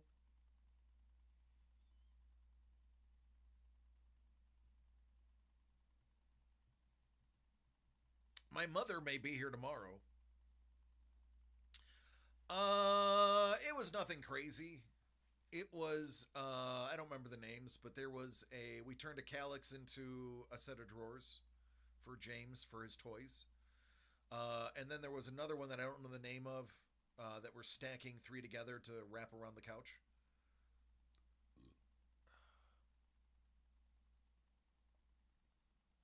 So, Money Mitch, are you going to do like a photo spread of you like laying on the hood like a video vixen?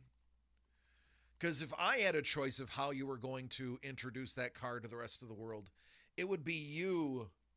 I mean, bathing suit or not, on the hood. That hood's reinforced, right? Last time I made IKEA stuff, I had a bunch of extra stuff when it was completed. I only had one extra piece, and it was the same extra piece on the item, so I knew I did it right. Not nearly as bad as Lego.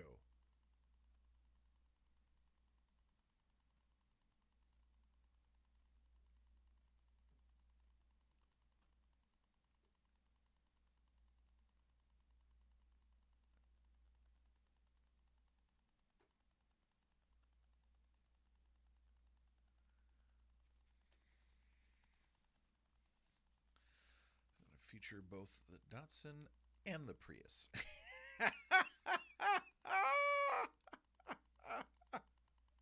You're Dr. Jekyll and you're Mr. Hyde. By the way, if you haven't named your cars yet, you can have that one.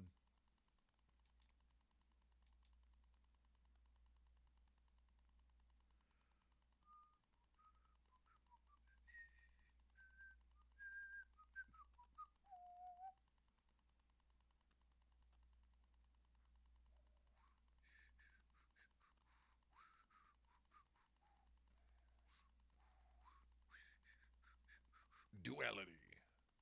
Is the Prius Mr. Hyde since he hides it when friends come to see the Datsun? Yes, I love that, Saporos. I love that. The Datsun is Dr. Jekyll. The Prius is Mr. Hyde. I like that. We can go with that.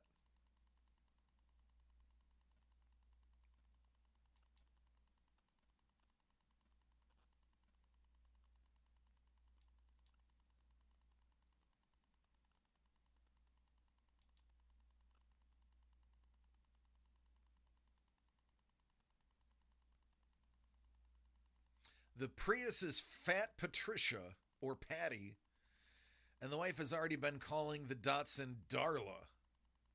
Darla. Fat Patty and Darla.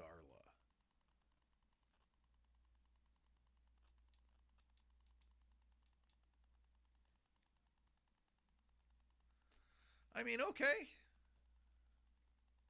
My I had an '07 330i, and it was fast. It was the old inline six Beamer engine. And it was the metallic silver Fleck. And that car was named Anya. Because when you looked in the rearview mirror, it was Anya.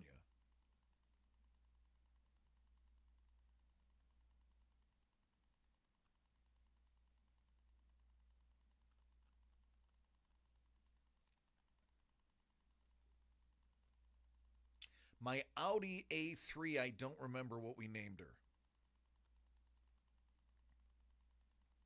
I really miss my Audi. If I were to get back into nice cars that were not for fundamentals only, I would go back into an Audi A3 or A4.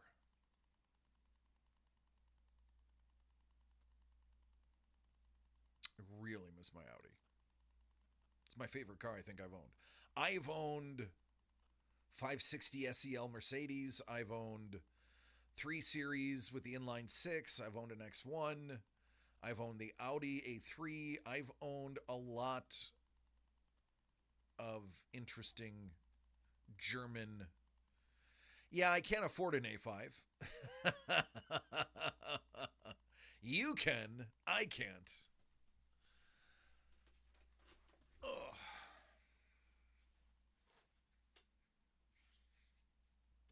I have to live vicariously through my friends. None of my cars are going to be nice probably for the rest of my life.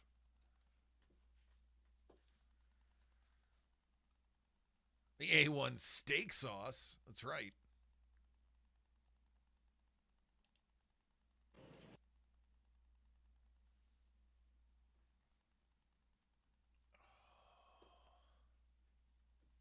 Oh. Yeah, cars are... they're insane. They're nuts. We paid off. We have an X1, but the X1, it needs work. The X1's engine is half disassembled. I had to stop because I can't get my hand in there to finish it. And because it's half disassembled and I don't want to put it back together, it's just sitting in the garage. Yes, I stuffed cloth into the fuel injector ports so that nothing's getting in there. But I cannot get the vacuum pump off the back of the engine. So Melissa was going to call her brother, who works on BMWs, but he can't come around anytime soon. It's paid off. It has 89,000 miles on it. What I was doing was replacing the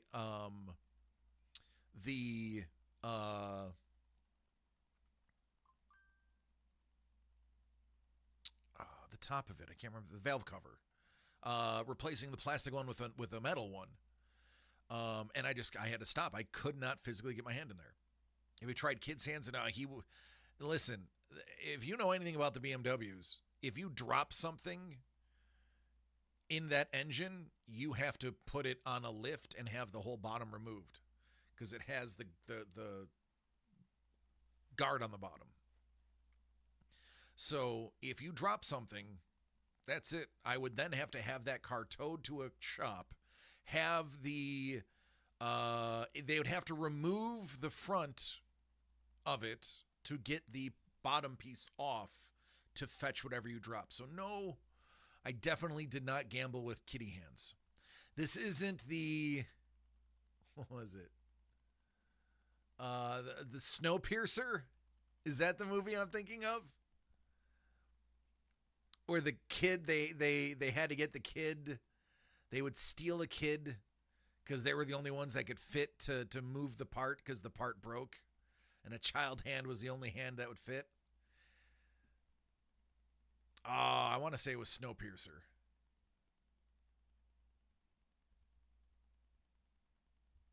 Like, where's the child?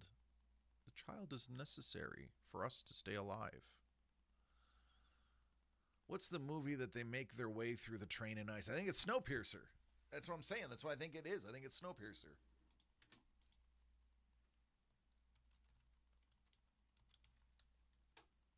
Yeah, man, it is Snowpiercer.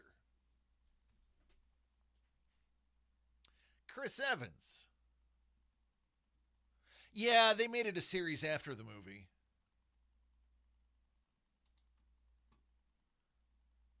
Oh, it was actually pretty good. I liked it.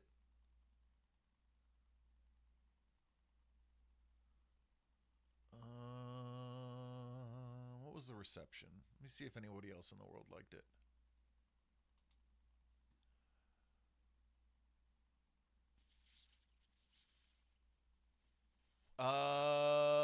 Rotten Tomatoes, 94% positive critic. Metacritic gave it an 84. Yeah, no, it's good.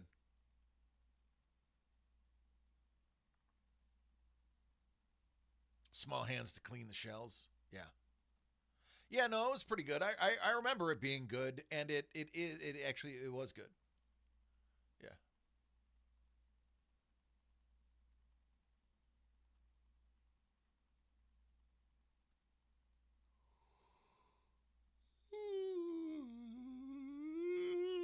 It's adapted from a comic book / graphic novel.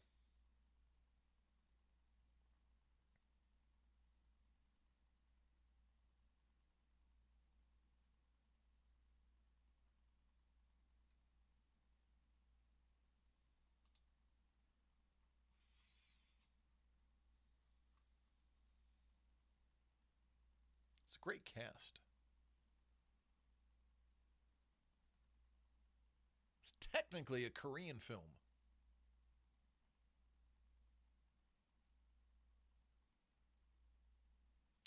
What did the series get? I don't know. Let's look. Reception 6.5 out of 10. 63% positive. So yeah, it was panned by the critics.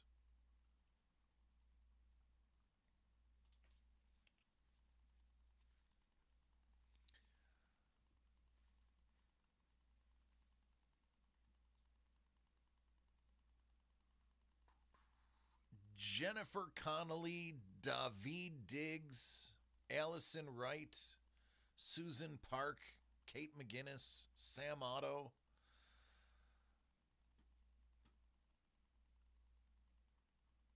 That was the series. The movie had a bunch of famous peeps in there. Chris Evans was in there.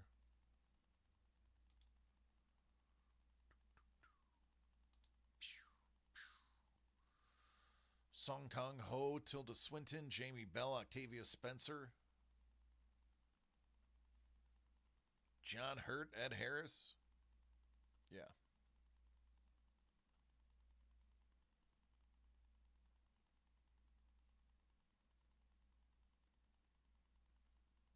Might watch that again. I might watch that again.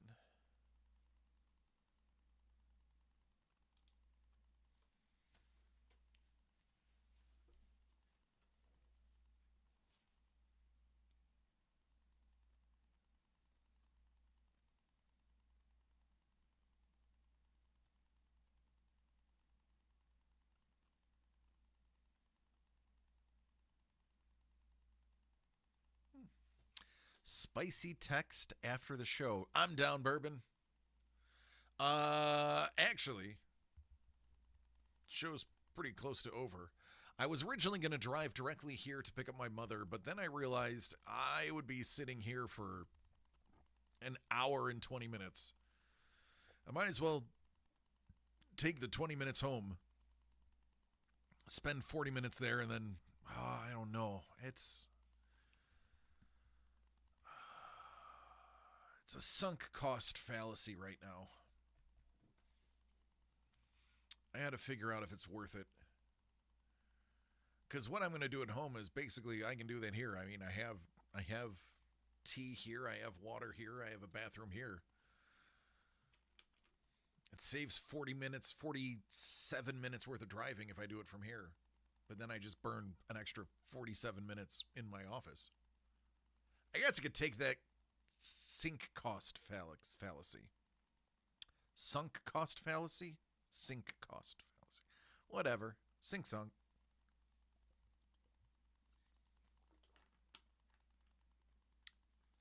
Whatever. Either way, it's a fallacy.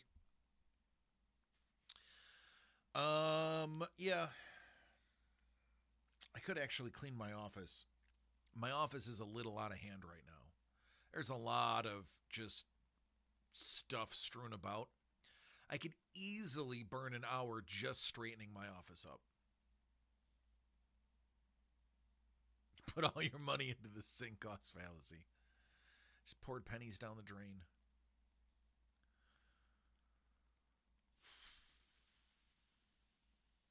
I wish I did not have sleep apnea.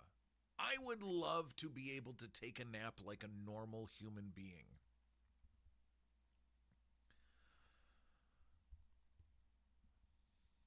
That would be so nice. Because I'd be like, I'll just take an hour nap and then go pick up my mom. Can't do that. I need a machine. The pops that are not for sale? Which one do you want to see?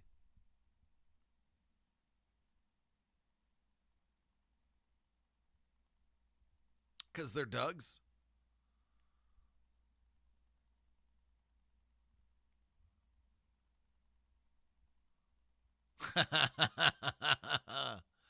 Yeah. Thor? Which one? There's two. Both? Okay.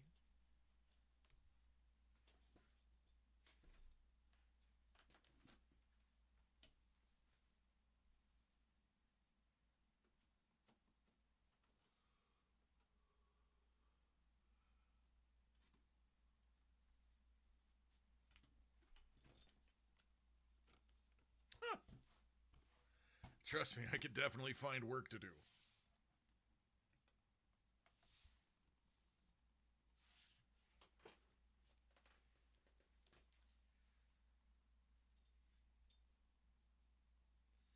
Definitely two different styles.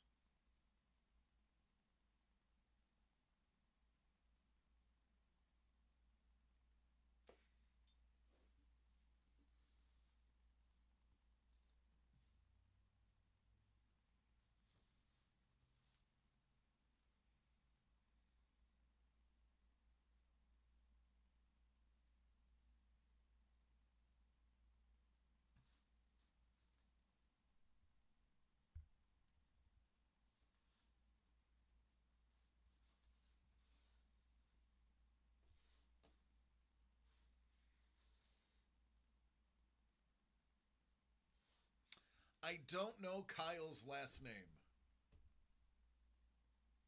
Kyle Roberts?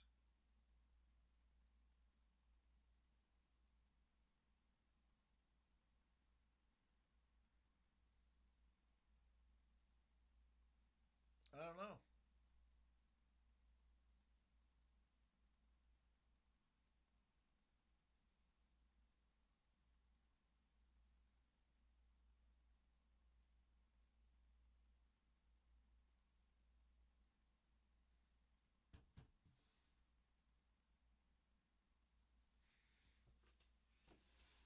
Yeah, no, the Galactus is actually the better one.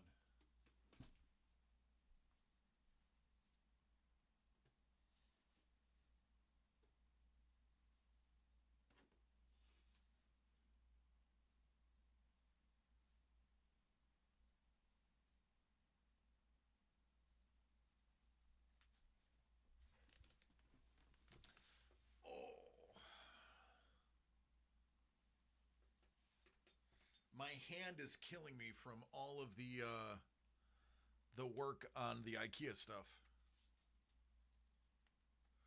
Oh, I still got another 30 pounds to go, man. I'm down to 238.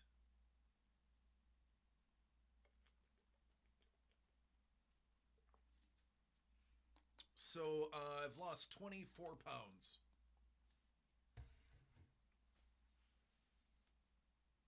Nice. I would love 217. If I weighed 217, I would look skinny compared to what I am now. Because I've lost a lot of the bloating weight. Like, this is starting to even melt off. You can see I'm actually getting bone structure again. It's just slow going. I just got bumped. My Ozempic just got bumped to 0.5 last week. As a matter of fact, I got to take a shot tomorrow. When I was on 0.5 last time, that was when I started peeling weight off. So how you stood. I will probably lose another fat. They took me off of Ozempic last time because I was losing too fast. So that they didn't bump me up. I will probably over the next month lose another 15. I should be into the 225 range by the end of August. If I stay at the steady rate that I'm supposed to. The 0.25 doesn't do a lot for me. The 0.5, I can really feel it. Just crushing yourself at the gym? Do it that way. I am, so my Ozempic, I only pay $15 a month because for me it has been determined medically necessary. I pay the same amount for Ozempic as I do my cholesterol medication now, or my blood pressure medication. It has been between my severe sleep apnea and my pre-diabetic, my pre whatever it's called. It's considered a medical necessary thing for me. Oh, it's yeah. It makes a difference in your figure. 3 pounds of fat look a lot different than 2 pounds of muscle.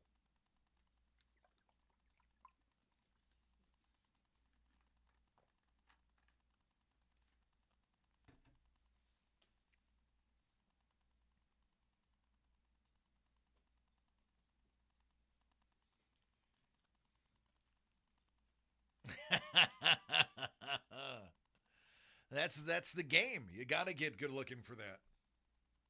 Got to get in shape.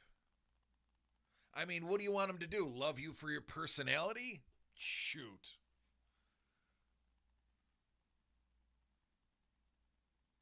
Kachi Koshi.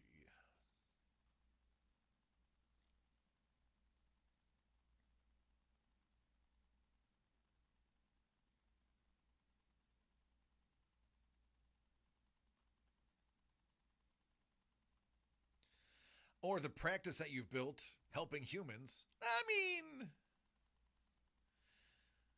mean, that's good on paper. Are you going to carry that qualification around with you when you're dating? Hey, I'd like to show you this piece of paper that shows I help humanity. Elon Musk is actively destroying humanity, and he's got 10 baby mamas.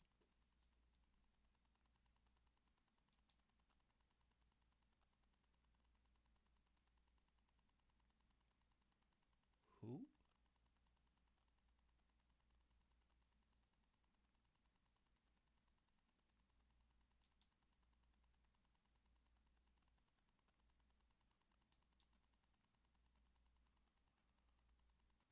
Whatever.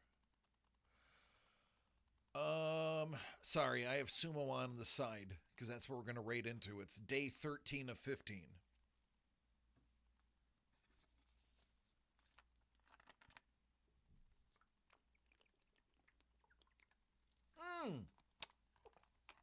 So last night I was supposed to go to bed as soon as the show was over, right? Nope! Didn't happen. Mrs. The Breaker was, I don't know, just folding laundry or whatever she was doing. she put on Masters of the Universe. She's like, oh, we'll have this as background. Now, I really had no ambition to see Masters of the Universe. I mean, I had all the toys when I was a kid. I watched the cartoon. I loved Dolph Lundgren. But I was like, I don't know if I want to watch the movie.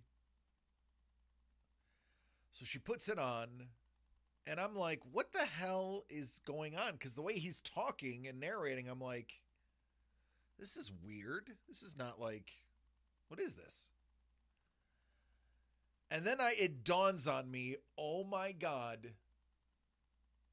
it's a camp movie.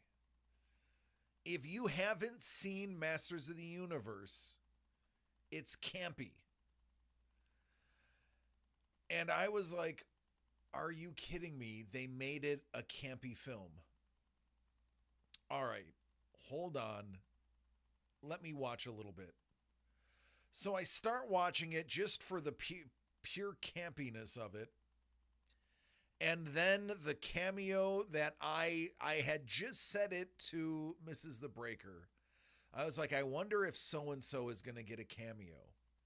Not 4 minutes later, so-and-so gets his cameo. And I'm like, oh my God, I have to watch this whole thing. And I did. I sat down and watched the entire Masters of the Universe movie. It is not going to win an Academy Award. It will probably win quite a few Razzie Awards. But I was so entertained. I enjoyed the Easter eggs and the campiness of Masters of the Universe that there is a good chance I will watch it again. Allison Brie is in it. I think she's losing too much weight. She looked great in Glow. I thought she was very healthy weight in the show Glow. She looks a little too thin now, and I know that's awful. There's all these people that have these eating disorders, especially in Hollywood, and here I am, a fat guy telling a girl she shouldn't eat so much. And I'm not telling her she shouldn't eat so much. Let me rephrase that. She looks too thin. I liked her when she had muscles. But I didn't even recognize her. I was like, who is that actress? I know her from somewhere. And I was like, oh my God, it's Allison Brie. So that was Greg's favorite movie. He made me watch it. So it's worth it.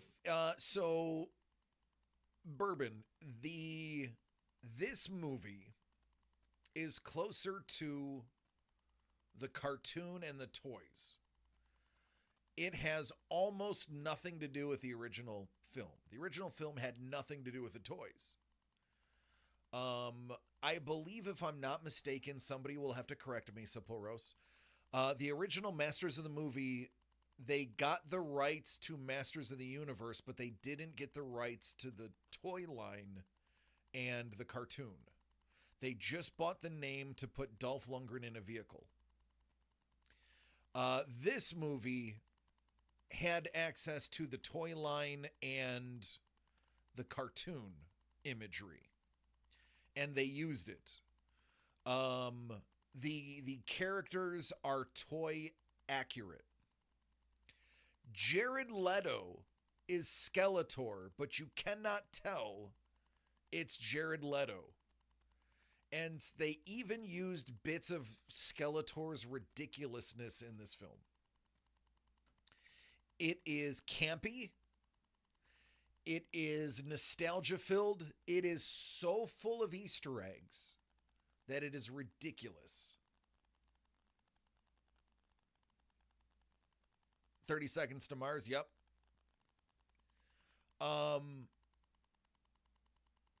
I just need to know that Jared Leto didn't ruin the movie. Jared Leto did not ruin the movie because I didn't know it was Jared Leto. I mean, somewhere in my history, I was told he was Skeletor. But when I was watching the film, I had to look up 3/4 of the way through, who is the voice for Skeletor? And it was Jared Leto. And I'm like, holy crap, that's Jared. It doesn't sound like him. He's rocking in like a British accent.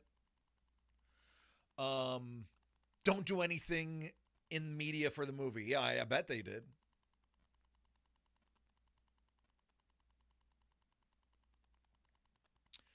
I didn't know it was. I knew it was him. Like when I read it, I was like, "Oh my god, yeah, that's right, it is him." Oh, that's right, Jared Leto is him. What's up, Paul Moisland? Hey, buddy. We're talking about Masters of the Universe, the new one. Paul Maitland's got a project coming soon, folks. Get ready for that. Listen, Paul, I'm actually talking about how much I enjoyed it. For the campiness and the Easter eggs. I was entertained by the film. It is entertaining. It will win a lot of Razzies. It is not going to get nominated for a single Academy Award other than maybe wardrobe. And that you can forget that it's Leto. That's what we were just saying that, Paul. I knew Jared Leto was playing it, but I forgot, and I looked it up like in the last 20 minutes of the movie. I had to look it up. I was like, who was it?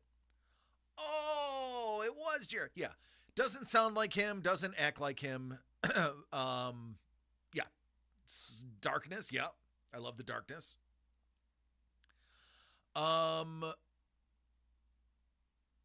It was nostalgia. It was nostalgia mainlined into the veins. If you enjoyed the toys and if you enjoyed the cartoon, you have to see the movie, especially if you like campy films like old school Batman. Yeah, nostalgia is, listen, Paul, if you enjoyed it, it's good.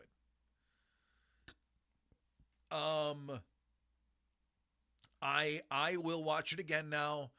There are a lot of ridiculous adult jokes in it. It is so camp. So camp. Let me give you an example, and I don't want to take away from the experience of watching the film. I'm happy that somebody did not tell me that it was campy. But I mean, look how late it is me getting to actually watching it, and I watched it by accident. So if you enjoy camp, there is a scene literally where they're like, yay, woo, yay, all right. Yeah.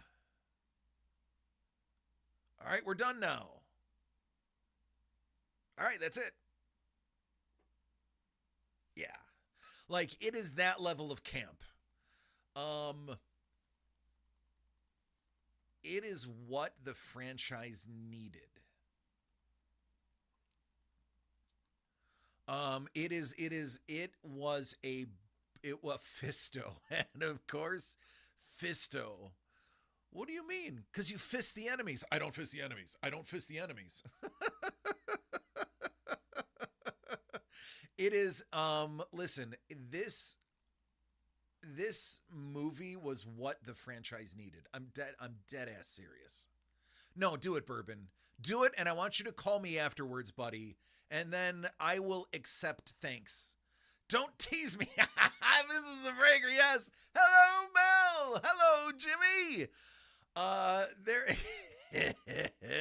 I'm not going to spoil that, but there's a line, don't tease me, woman. It is freaking guffaw, laugh out loud funny. It is so laugh out loud funny.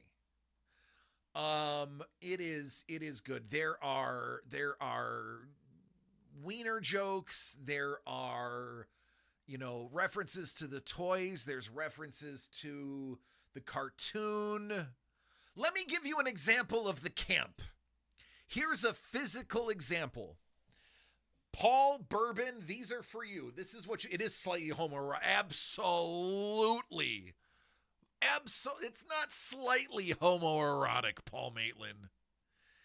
It is homoerotic in multiple scenes. Multiple scenes, Paul Maitland. But there's a scene where everybody's laughing, and here's an example of the level of camp. They're laughing.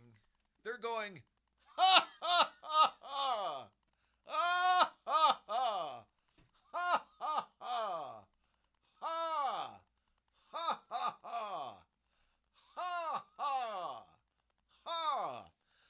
like that in the background. They're literally laughing like the cartoon. It is a love letter to the toys and the cartoon. It really is. I was dumbfounded on how much I enjoyed it because I hadn't heard anything about it. I'm going to be honest with you. I didn't hear anything about it. I mean, I knew when it came out. I knew about the popcorn bucket. I knew about the sword. Paul, I don't want to ruin it for you.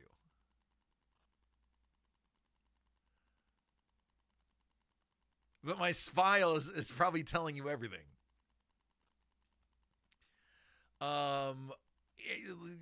It is kitschy, it is cheesy, it is campy. It is exactly what the franchise needed. And it's exactly what we didn't know the franchise needed.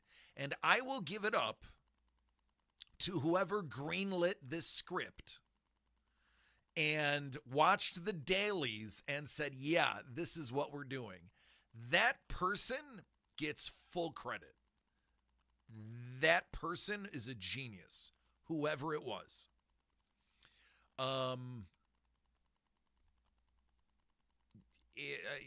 Again. Yeah, now oh my God, listen. You get the exact same team to do Thundercats? Absolutely. All of you are going to be disappointed by Voltron. I hate to tell you this, but you're going to be disappointed by Voltron. I've already seen it. Unless they reshoot the movie and rewrite the script, you're going to be disappointed in Voltron. But if you can do Thundercats the exact same way that you just did He-Man, Masters of the Universe, oh yeah. Oh yeah. The problem is Thundercats doesn't have the memes. And Masters of the Universe had a lot of memes. Did you know there's a 4DX movie experience? Is that where they like blow wind in your face and splash water at you?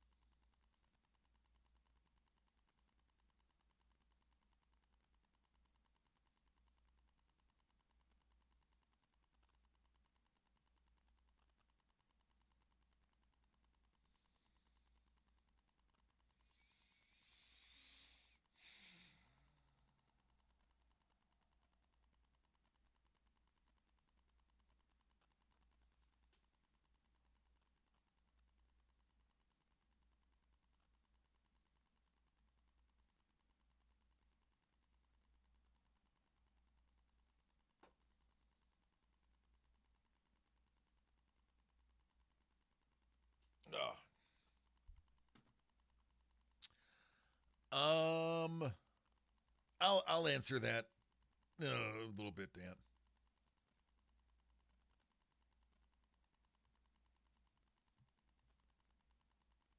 All right. All right, Chef. Adios, buddy. I mean, they were going to throw your face in He-Man screening. I mean, what are they going to throw your face in a He-Man screening? Sweat and baby oil? Not as glistening as you'd think. But yeah, gentlemen, ladies, it's streaming now. Go watch it. And if you didn't like the toys and you didn't watch the cartoon, you're not going to get a lot of the humor. There is some pure camp humor for the just for camp, the campiness. If you enjoy just campiness, then you'll get it. But you really kind of have to have an idea of the toys and the and listen, gentlemen, the first 20-25 minutes of the film you're going to be like, what the hell is DC saying? DC, are you on that Kelly Green?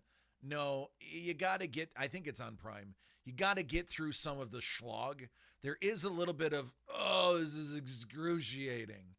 But once you get through that excruciating, like 25 minutes, actually the first like 7 to 10 minutes are great. Then there's like 15 to 20 minutes of like, oh God, I want to claw out my eyes. And then you're like, all right, strap in, buckle up, kids. We're on a journey. And then from there on in, it's like, I need somebody to bring me a drink. I don't want to get up and get a drink. Get a bedpan. I don't want to get up to poo. Like, I'm here for the ride.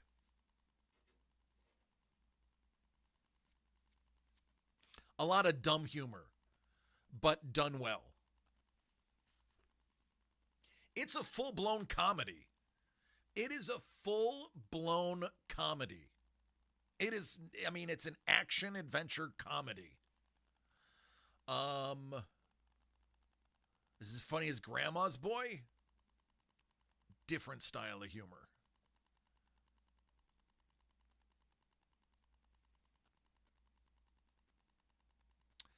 Watch it. Let me know. I would be interested in getting texts from you that watch it tomorrow. I want to hear what you think when it's over. Not maybe one text in the middle, just because I know you're going to be like, DC, you're Quaaludes, man. You found hidden Quaaludes from the 80s. And then I'd want to hear the same text at the end, because it's great. Oh, it's great, man. Oh, it's great. It's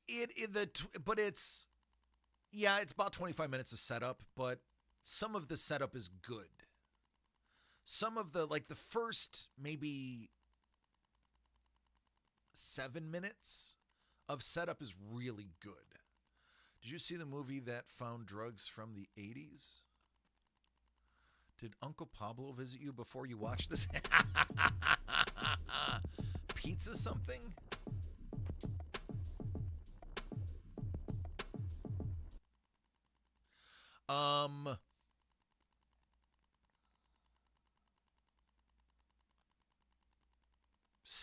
That plot sounds familiar.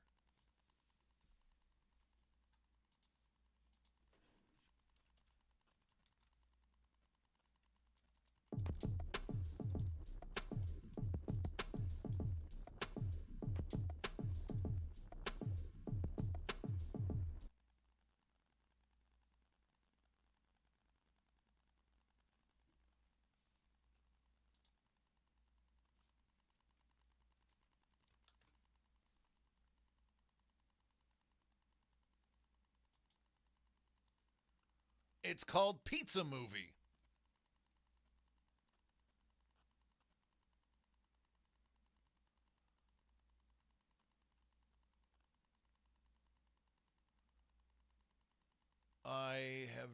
It's brand new. It's an absurdist, hold on.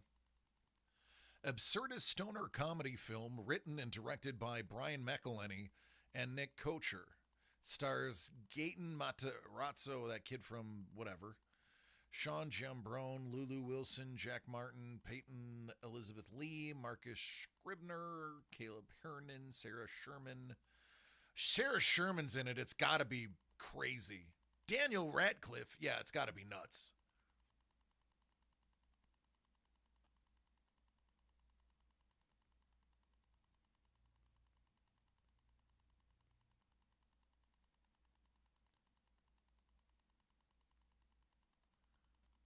Disney Plus. It's got to be rated R.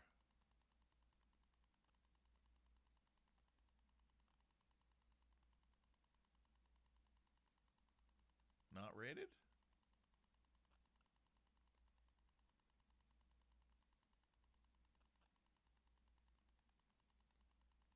It's rated R for sure.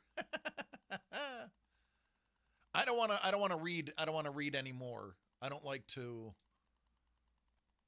know. So 80s version of Dazed and Confused. And everybody wants some. No, I haven't seen that either. I really, truly don't watch a lot of movies. Take a gummy and thank me later. Yeah, I'm going to take a gummy while my mom's here. Hey, Ma, we're taking gummies and watching this film. You in?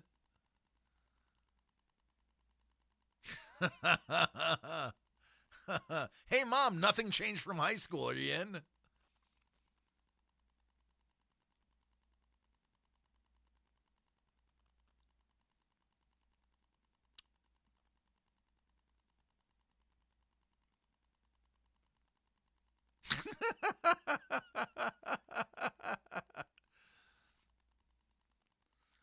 Some streamer's family was visiting and their grandma ate one of the gummies. We got to hear all about it.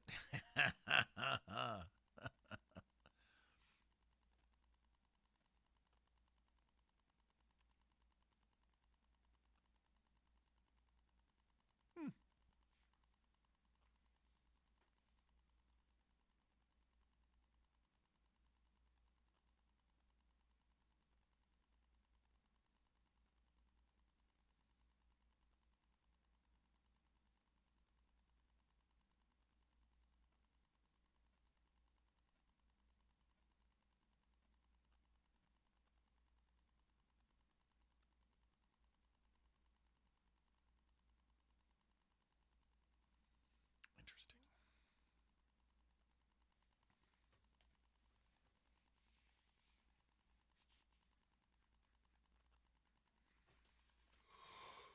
Oh.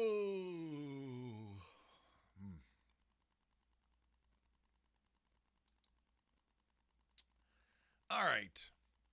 I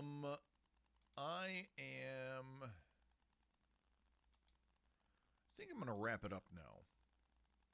I don't want y'all to get spoiled with 2.5, 3 hour streams. So I gotta pull the plug before you get used to me working long nights.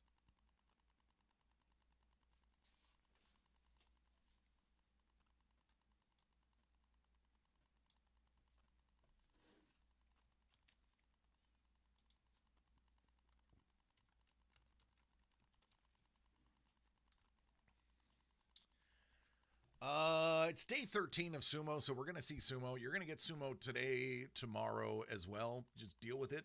It only happens every other month, so enjoy the show.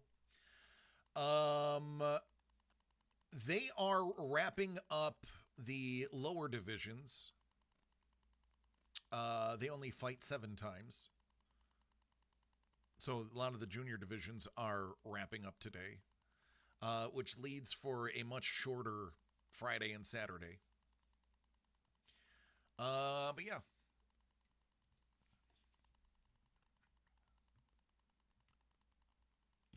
All right, folks. It's big meaty men slapping meaty men. It's true. Listen, do yourselves a favor. If you are bored tomorrow, have some extra time, or just want to have a little bit of fun, watch Masters of the Universe. It is a nostalgia camp trip that is worth it. I love each and every one of you. Please take care of yourselves and each other so we can do this again tomorrow. Mama the Breaker may actually be here, so the only way you're going to know is if you tune in. You get to say hi. Maybe she won't be here and you could be hugely disappointed. Don't worry. I'm used to it. We're going to hang out with Leo and watch some sumo. I love you all. Take care. Be safe. And I will see you tomorrow.